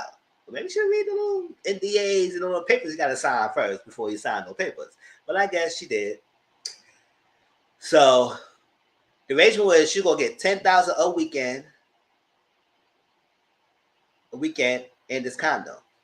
I said, yeah, $10,000 a weekend in the condo, and all I had to do is what? Sleep with him a little now and then, and it's approved. That's what I said. For real. And it's approved. That's what I say. That's what I say. Maybe you should have read that paper first before you signed that real quick, girl. But then again, those people, that's what I said. I wasn't mad at the wife for having to sign papers because I said if people will do smart like that, you would have better arrangements in. You want to have no figure was leaking stuff out, want to blow your spot up because they want to have it's the thrill of letting people know that you have these people. I said, listen, some of y'all already know who some of my crushes are. One of my biggest celebrity crushes, start with an L and with an S and everything. And if I have ever arrangement with that person, I want to sign papers too. Sure, I would read the fine papers, I sign papers, everything. I keep my mouth shut. As long as I got my money, that's fine. Sure, you keep your deal. I did what I had to do. Move on with my life, and nobody has to know. Now you need to tell your paparazzi all that stuff, not be following me and shit. But understand. Other than that, that's when you got to be cool. But I wasn't mad for signing my papers. That's what I'm saying. I said his name all the time. I want to lick it from your head to your toes. I said it all the time. You should know what the Momo. L, some of the L's, and with S. My biggest celebrity crush. Yeah. uh, so arrangement. So they sat down and they saw the pictures. Now that's who I hear that got Farrah looking at Mercedes different way because she was critiquing the thing. She said, "I like how you did this. You looking down and everything, all so philosophical and stuff like that." And she said, "Oh, nobody ever described my pictures like that." She said, "Huh?" And then coach had to get a call. So she said, "I never did this. This is my first time." That's someone. He's like, he never bought anything on the hoes around before. And she said, I'm not a hoe. She said, listen, you getting $10 a weekend and you get in a condo. What do you call that? Mercedes said, okay, touche, girl. Touche. She said, okay, girl. You caught me there. You caught me there because, child, you could have. She couldn't say nothing after that. She said, okay, girl. All right, you got it. You got that. And listen, it is what it is. Call what it is. Call what it is. And she said, why do you need my permission? She said, listen, you gotta make it legit, you gotta make it right. I got integrity. I got integrity and everything, and I know what I'm doing. And I saw like that. And I didn't even think it's gonna be this kind of arrangement. And she said, what if I want to say no? She said, then you just gonna be a no. And that's that. So they came down. A coach came back down, and they told. And so Fab said, "You know what? Let me leave you to your dad." And he said, "No. You got to see the Mercedes experience. You got to see the Mercedes experience." She said, "I don't want to see that." Everything he said, "Gotcha." He said, "No, do the trick. You know how you do. How I got to do in the club."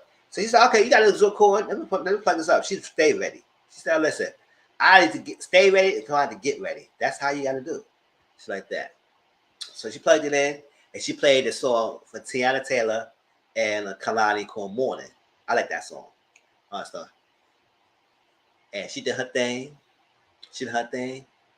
And Farrah was intrigued. She was like,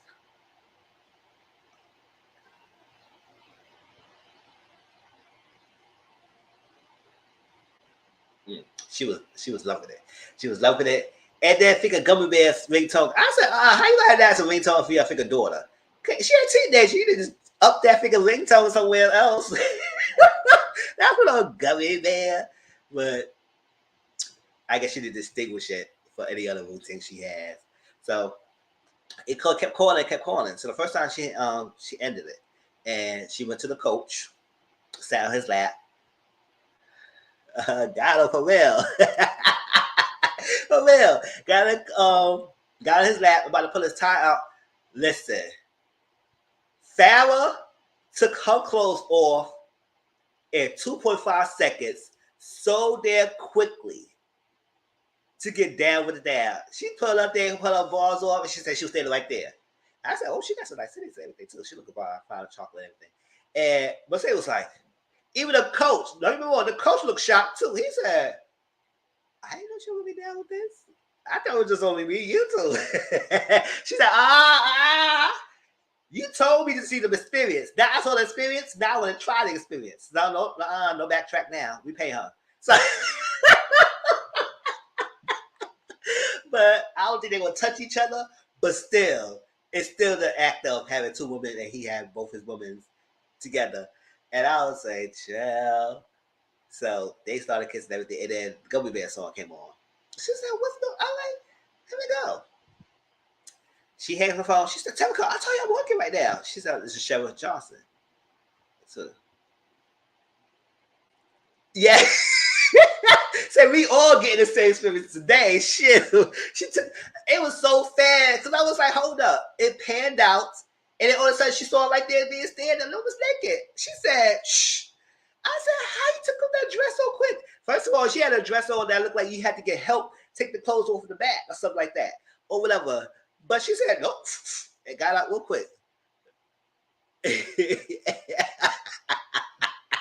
Yes. She never did. Yeah, I'm ready.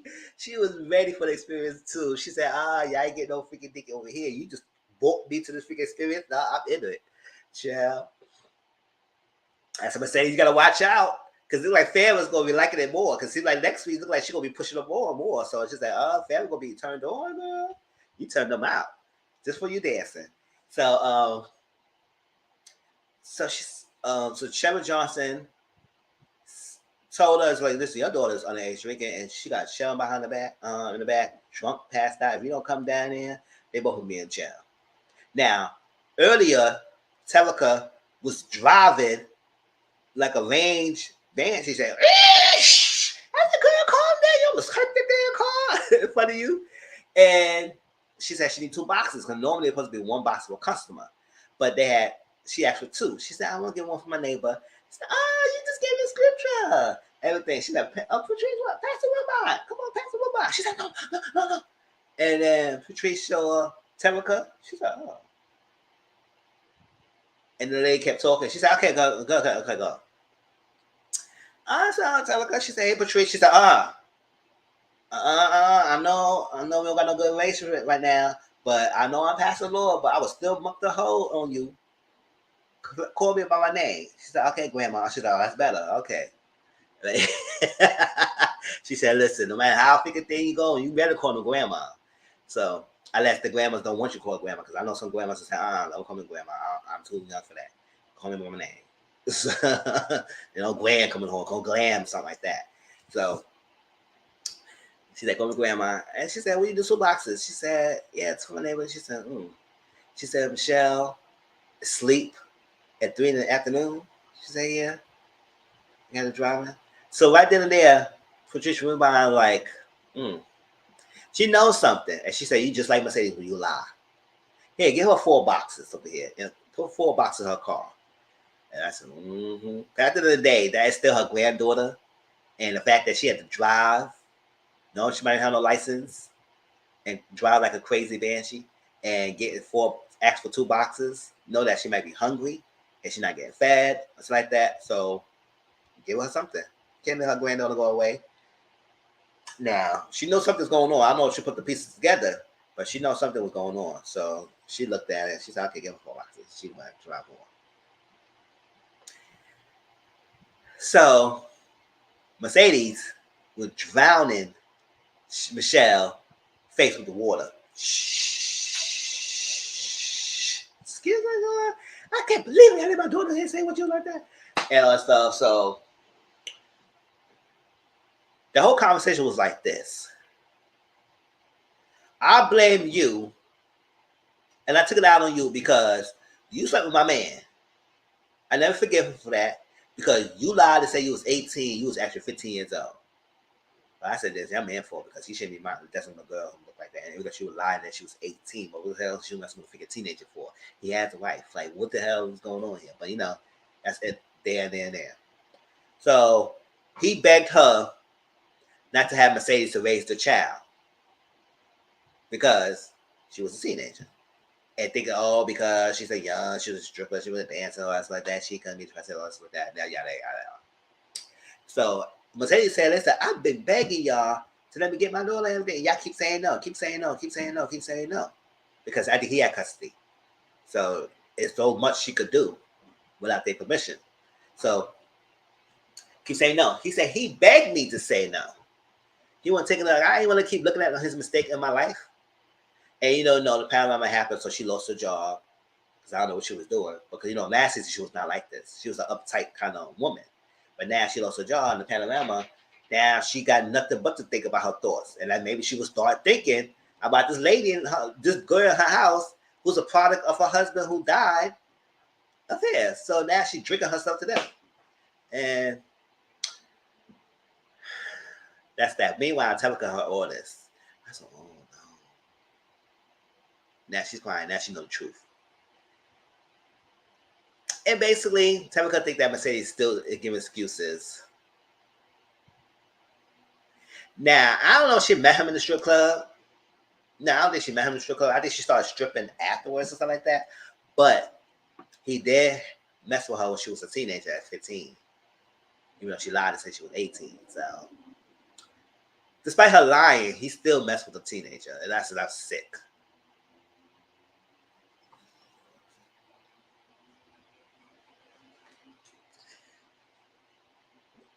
And then Michelle said, "Listen, I've been loyal to that man who in his living, he wasn't loyal to me." And that's ironic. And she started laughing because she even knew that was crazy. How the hell I'm loyal to a guy who's in his deathbed. And when he walking away, he was walking and living. He was loyal to me. Child, I must be a dumb fool for doing that. And she's hysterical lying, hysterical crying, laughing. That crazy laughs.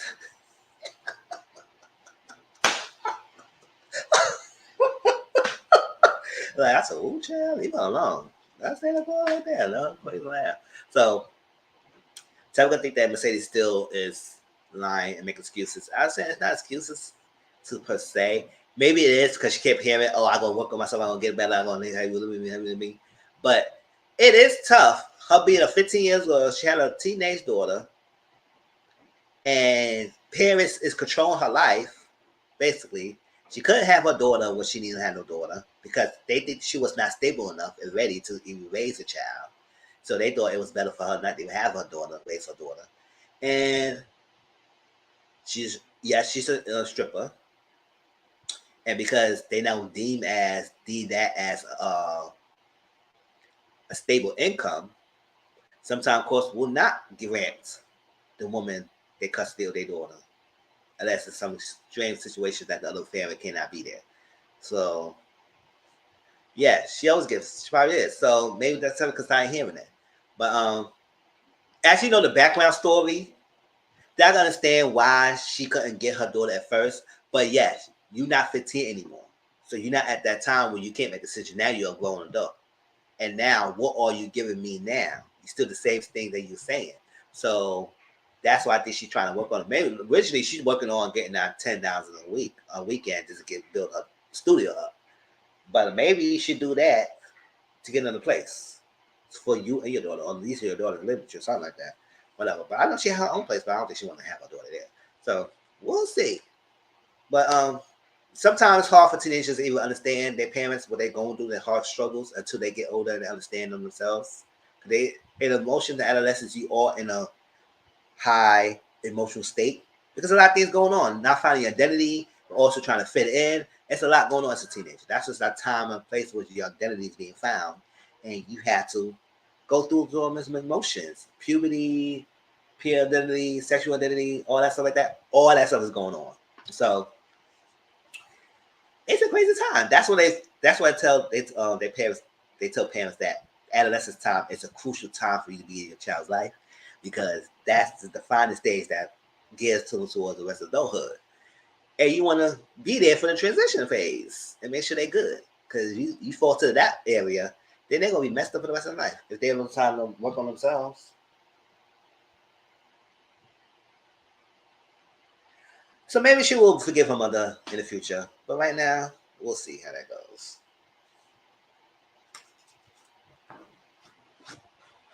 But Mercedes, you have the opportunity now. This is the time to show your daughter what's up. Now she knows the truth. This is the time. Now, if you mess up this time, she ain't no going back. It's no going back. I'm telling you that now, Mercedes. So you better work. You better use that plan. You working with the coach and everything to work in your favor. That's it. That's that. Now let's go to this little murder up. This little murder and everything arc going on here.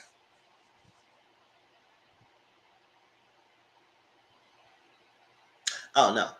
Let's do a Patricia Rubin. So let's do her storyline right real quick.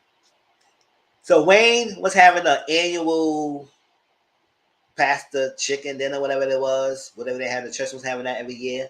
So you know the congregation that Patricia used to be working at the church, the pastor she was having a little thing with, he's backing Wayne in his little temporary thing and this vote, this referendum they want to have for this casino, and she's trying to back. He's backing them. Now Patricia's sitting there, listen to all that stuff. She said, you still trying to talk about this casino going on here? What's going on? I know you need these people votes. And I know why y'all here sitting here backing them and voting for him, because y'all know you ain't getting no damn jobs. They will have you do all this, and y'all ain't gonna be working with them because they don't think you don't can't count. And because mom, you can't use the tax money to buy school, so you get school so you could count. But then y'all doing all this, and y'all gonna get no accolades here. Y'all get no benefits for this. So you're sitting here trying to back him. Y'all not getting it, because they're gonna play you in the face. And I, to be honest, I said, hey, I was here. She spoke the truth. She spoke the truth. And she said, who made the dry ass chicken wings anyway? But that's that. So if Andre does run for mayor, Patrice, I think she will back Andre up to go against the brain and stuff. So because he felt salty, he went to go to Patrice Woodbine, her services, and she got some money collection plays. She went to the bag, and this guy was running her money in the freaking machine. I said, that's a little machine they do when the drug dealer movies I be seeing, counting that money. But that's the here and there. So he gave us something that's like a violation of social distance rules in the Panama. That was the thing. I said, oh, she said, oh, you giving me the summons? What about the pink? Like, they is breaking the rules all over the place with that. But I guess they went to coming after Patrice Woodbine because she is showing them at the freaking thing. So she said, oh, did I get with a bad neighbor? Because you messed with the more bitch. I said, ooh, you made an aim out of her. Patrice Woodbine is one thing, but she like to get back. She's blind. You know how she does her own daughter. What do you think she gonna do to you?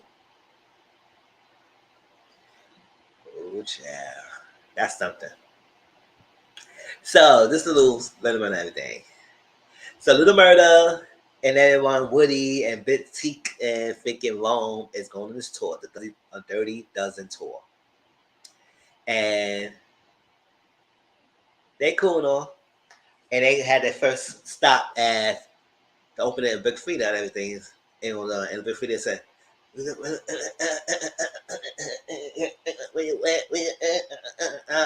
they was doing all that bouncing. And in Louisiana, New Orleans, before that, they was going to the store because I had to stop because Keisha had to go to the bathroom. They were driving a lot. She had to go to the bathroom, and it was at the store, and the white girl was shaking boots. She was like,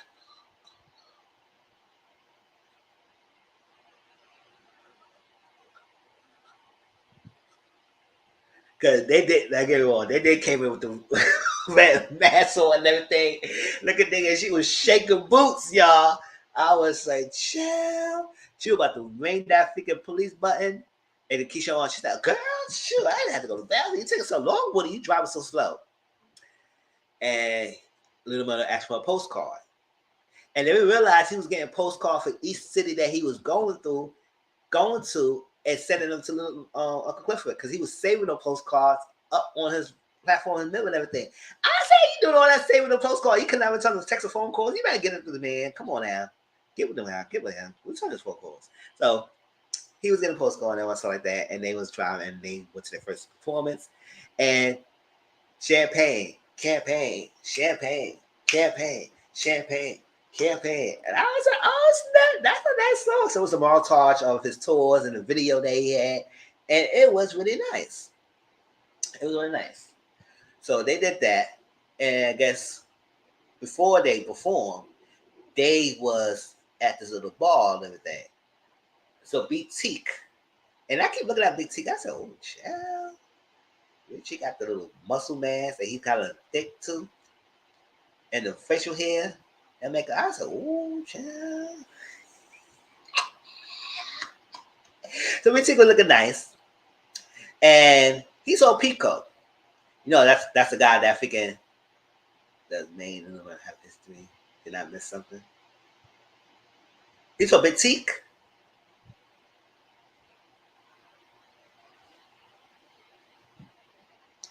I don't know. We won't get to that because I don't know what happened. Whose name? You talking about Big Teak? Whose name? I don't know.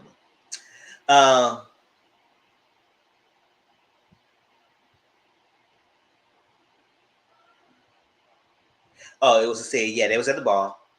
Pico came in. Oh, Big Teak, yes. Oh, yeah, his name, they did call him name sometime every now and then. Yes, they came out. They might have something. We're going to talk about that in a minute. Because I don't know. Something about that scenario between those dynamic between those two, it gives them layers. And not just a protector and freaking protectee kind of friendship. I don't know. It could be that. But I think something more is going on with those two. I don't know. It's just giving the vibes. But we'll see how that goes. But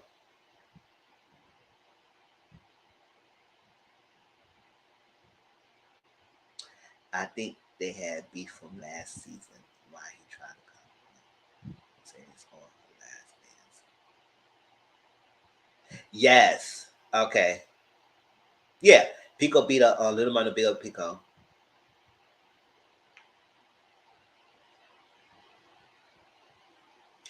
Oh, okay, yeah. I remember who that is. Yeah, I mean, I got it.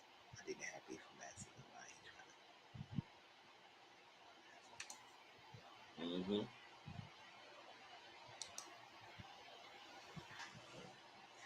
Oh, that's the one who's. Oh, that's Mercedes. Like, okay, but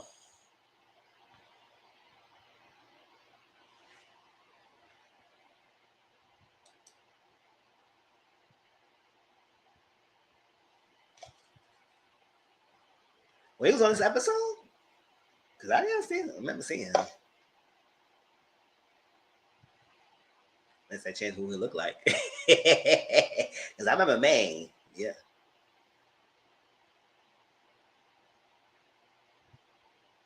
Hey, you know the history. Yeah, they two like rival things. Yes, they two rival. That's why when Big T saw Pico, he said since when he started locking the other side colors, he wasn't with us. He said since freaking Little Murder beat him up. And he said why he beat him up. Yep. Yeah, that's the same. He's still locked up. Beat him up. And he said, well, he said some stuff that beat him up. So since then, Big T only like beat Pico. Yes. And Big T saw Pico and he said, what's up? He said, ain't nothing up. He said, oh, it's like that. I said, oh, Big T, don't get on. Don't get on up for me like that. Shoot. You get a hot bonnet like that, getting up on me no manly like that, you know. So they about to get man. He said, hold up. So Woody said, I don't got no problem with you. We cool and everything. So that's cool and everything. So Rome's over there and he was talking to no, Pico asked him, do you manage Little Murder? He said, no, I manage the horses who make them hot, Mississippi. He said, cool. So the other guy with Pico, he said, oh, you're Mississippi? Your Little Murder always got the girls around here like that. Oh, yes, he is trying to. And I said, I don't know why you trying to battle him so bad. Like you got turned down by him or something. Because you is really pressing so hard.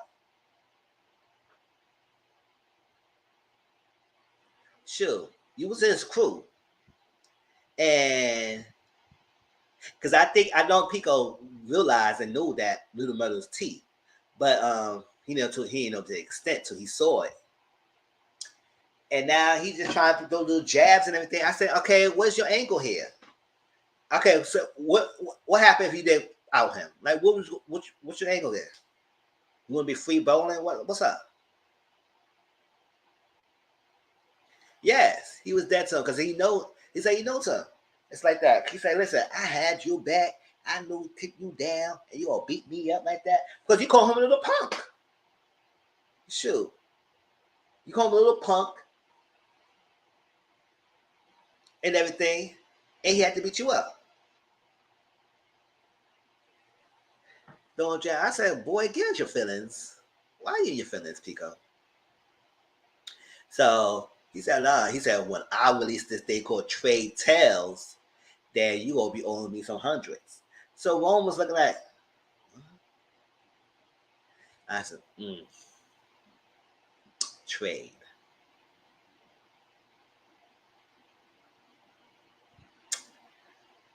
I said, do anyone of y'all know this terminology that he put it out there? But I would say, yes, I know it, but I'm talking about the characters. And I would say, child, so you really try to drop his name on the figure song?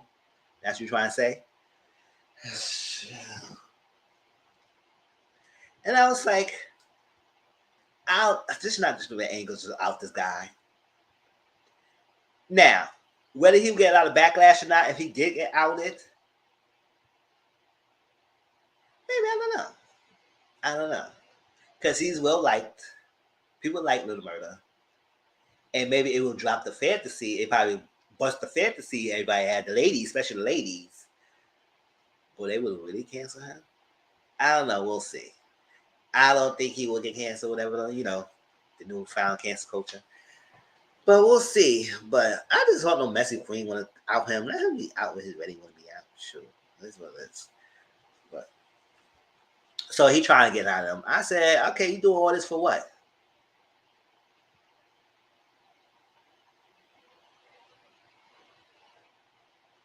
I said, little bro, you better watch your back with little Pico right here. So before that, they was in a room and Mississippi got some chocolate covered strawberries. She got I was some strawberries too. I was sure. And little body said, "Where's my strawberry?" He said, "No, you figure allergic and everything." So they were taking pictures and one about to post something. She said, "You posted that, mama?"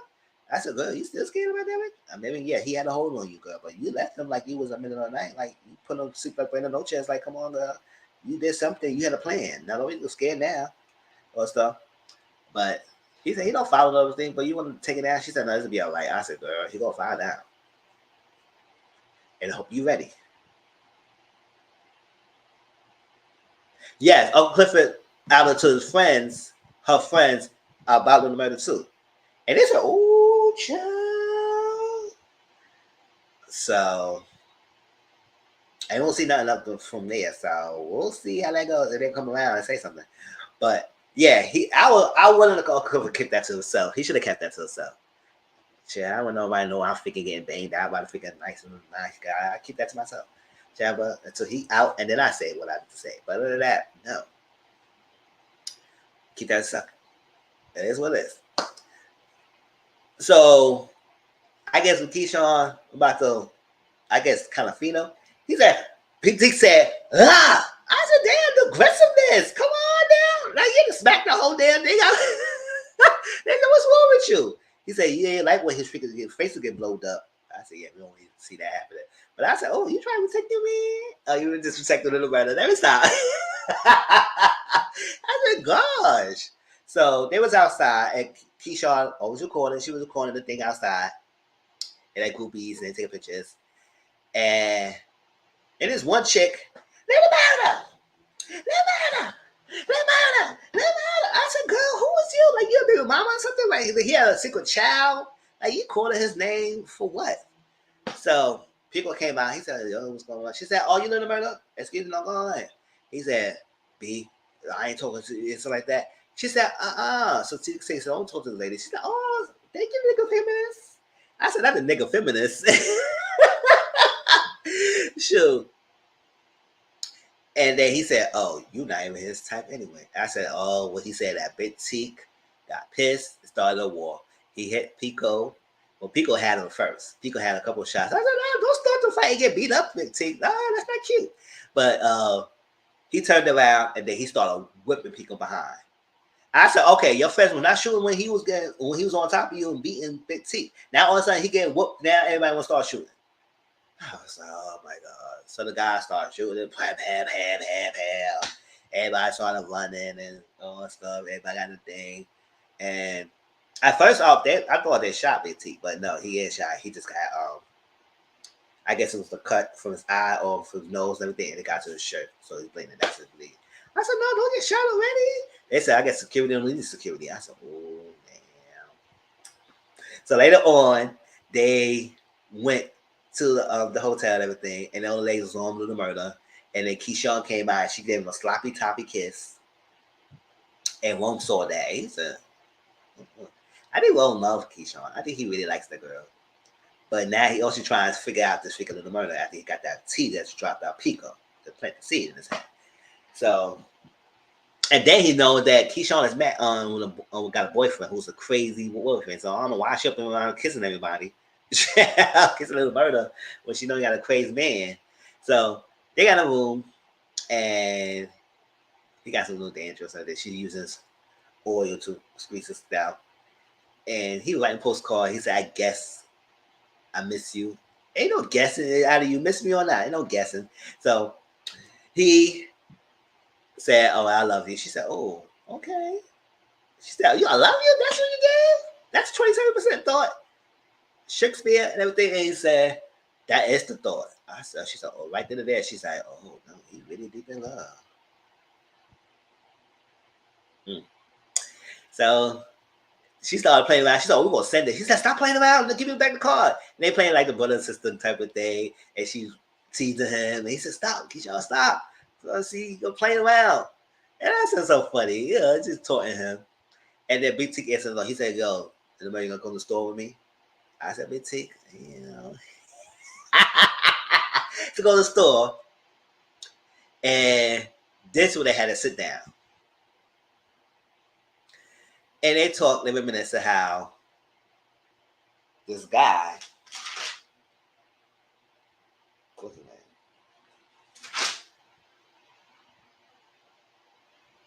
This guy, when they was in a pen together, and Boozy was teasing on coming after Little Murder, and Little Murder said something back. And I guess Boozy got upset. That's the guy that basically beat up. And he shanked Little Murder in the thing. So from there, Big T did what he had to do to unalive the guy. So he's now in existence. And because of that, they put him in the hole. And then Little Murder's out. And from there, Little Murder kept writing the rhymes and stuff on the toilet paper. And they sent it to him. And he said those rhymes kept him going throughout the time when he was in the hole. And the rhymes gave him light when he was in a dark hole. I said, oh, not the light. And he said he don't know how Little Murder got through the guard to give it to me, but that kept him going. And Little Murder is giving postcards to Clifford, something that he likes right now. And I said, that's a Little Murder MO. He don't send no money, none of that stuff. He just sending postcards and some words, stuff like that. And then rhymes with toilet paper. I said, that's kind of unoriginal. No, that's kind of out the box to do that.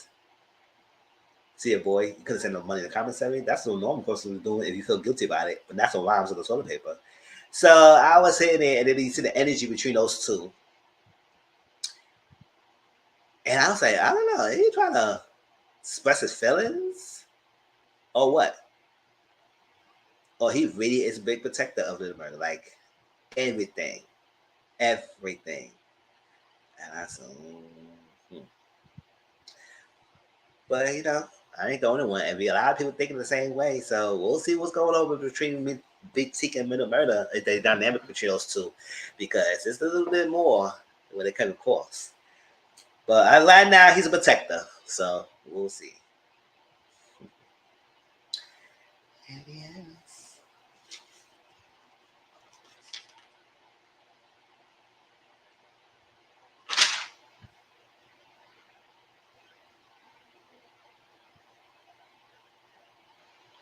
Oh, I think that's everything.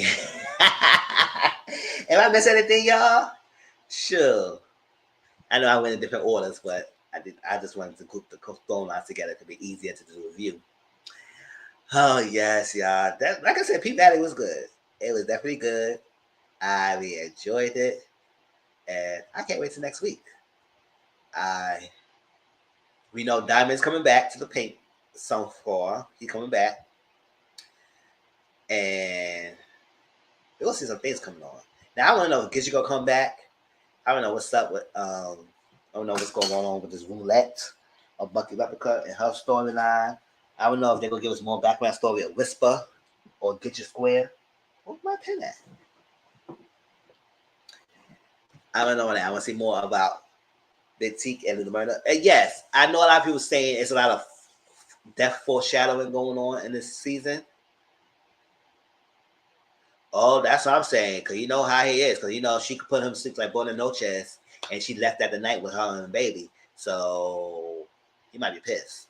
So, I say, you're going to find her somewhere.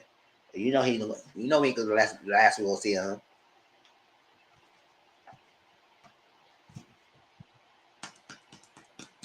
I don't know, the Montavious hand spirit that came out the freaking water. By the touch that, I said, oh, he's alive or not? I said, Dad, I thought you took care of that.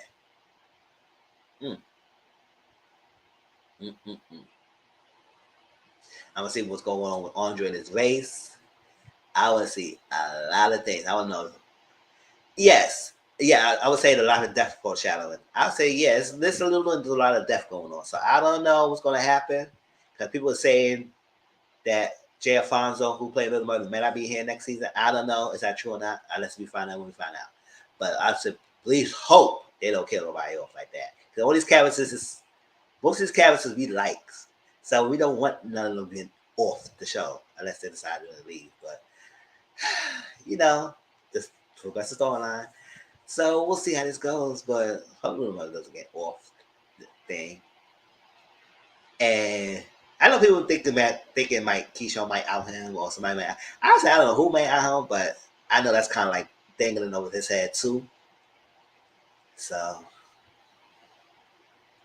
mm. Yeah, somebody can take him out. Take him out. Fool. Sure. Well, we got money. Get a hitman, take him out. Something like that.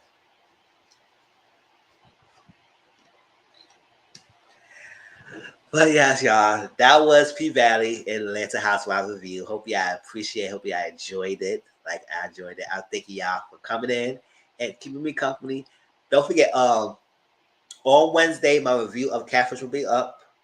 On Thursday, my review of Dubai and Beverly Hills will be up.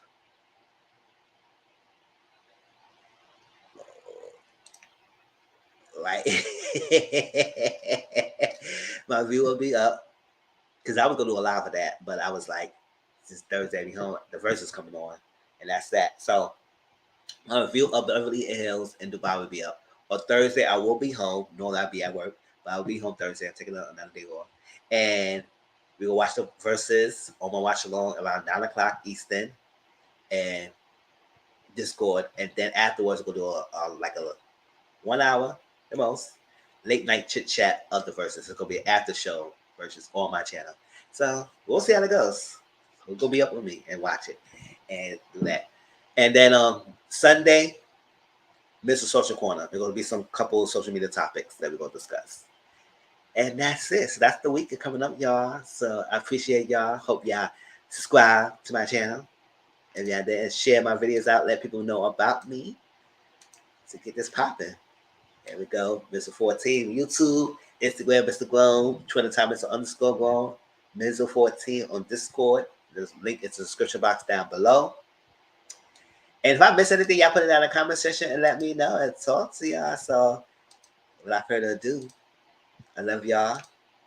Appreciate BKZ Empress, JW, Auntie Momo coming in, Aja. And I think Brittany came in a little bit, but I probably want Jason. Yes, y'all. All right. Oh yeah, and then I'm thinking Sunday. I forgot. Not only that I'm doing my live at 4 o'clock, I'll probably at 1 o'clock. I'm gonna do the next episode of P Valley Live.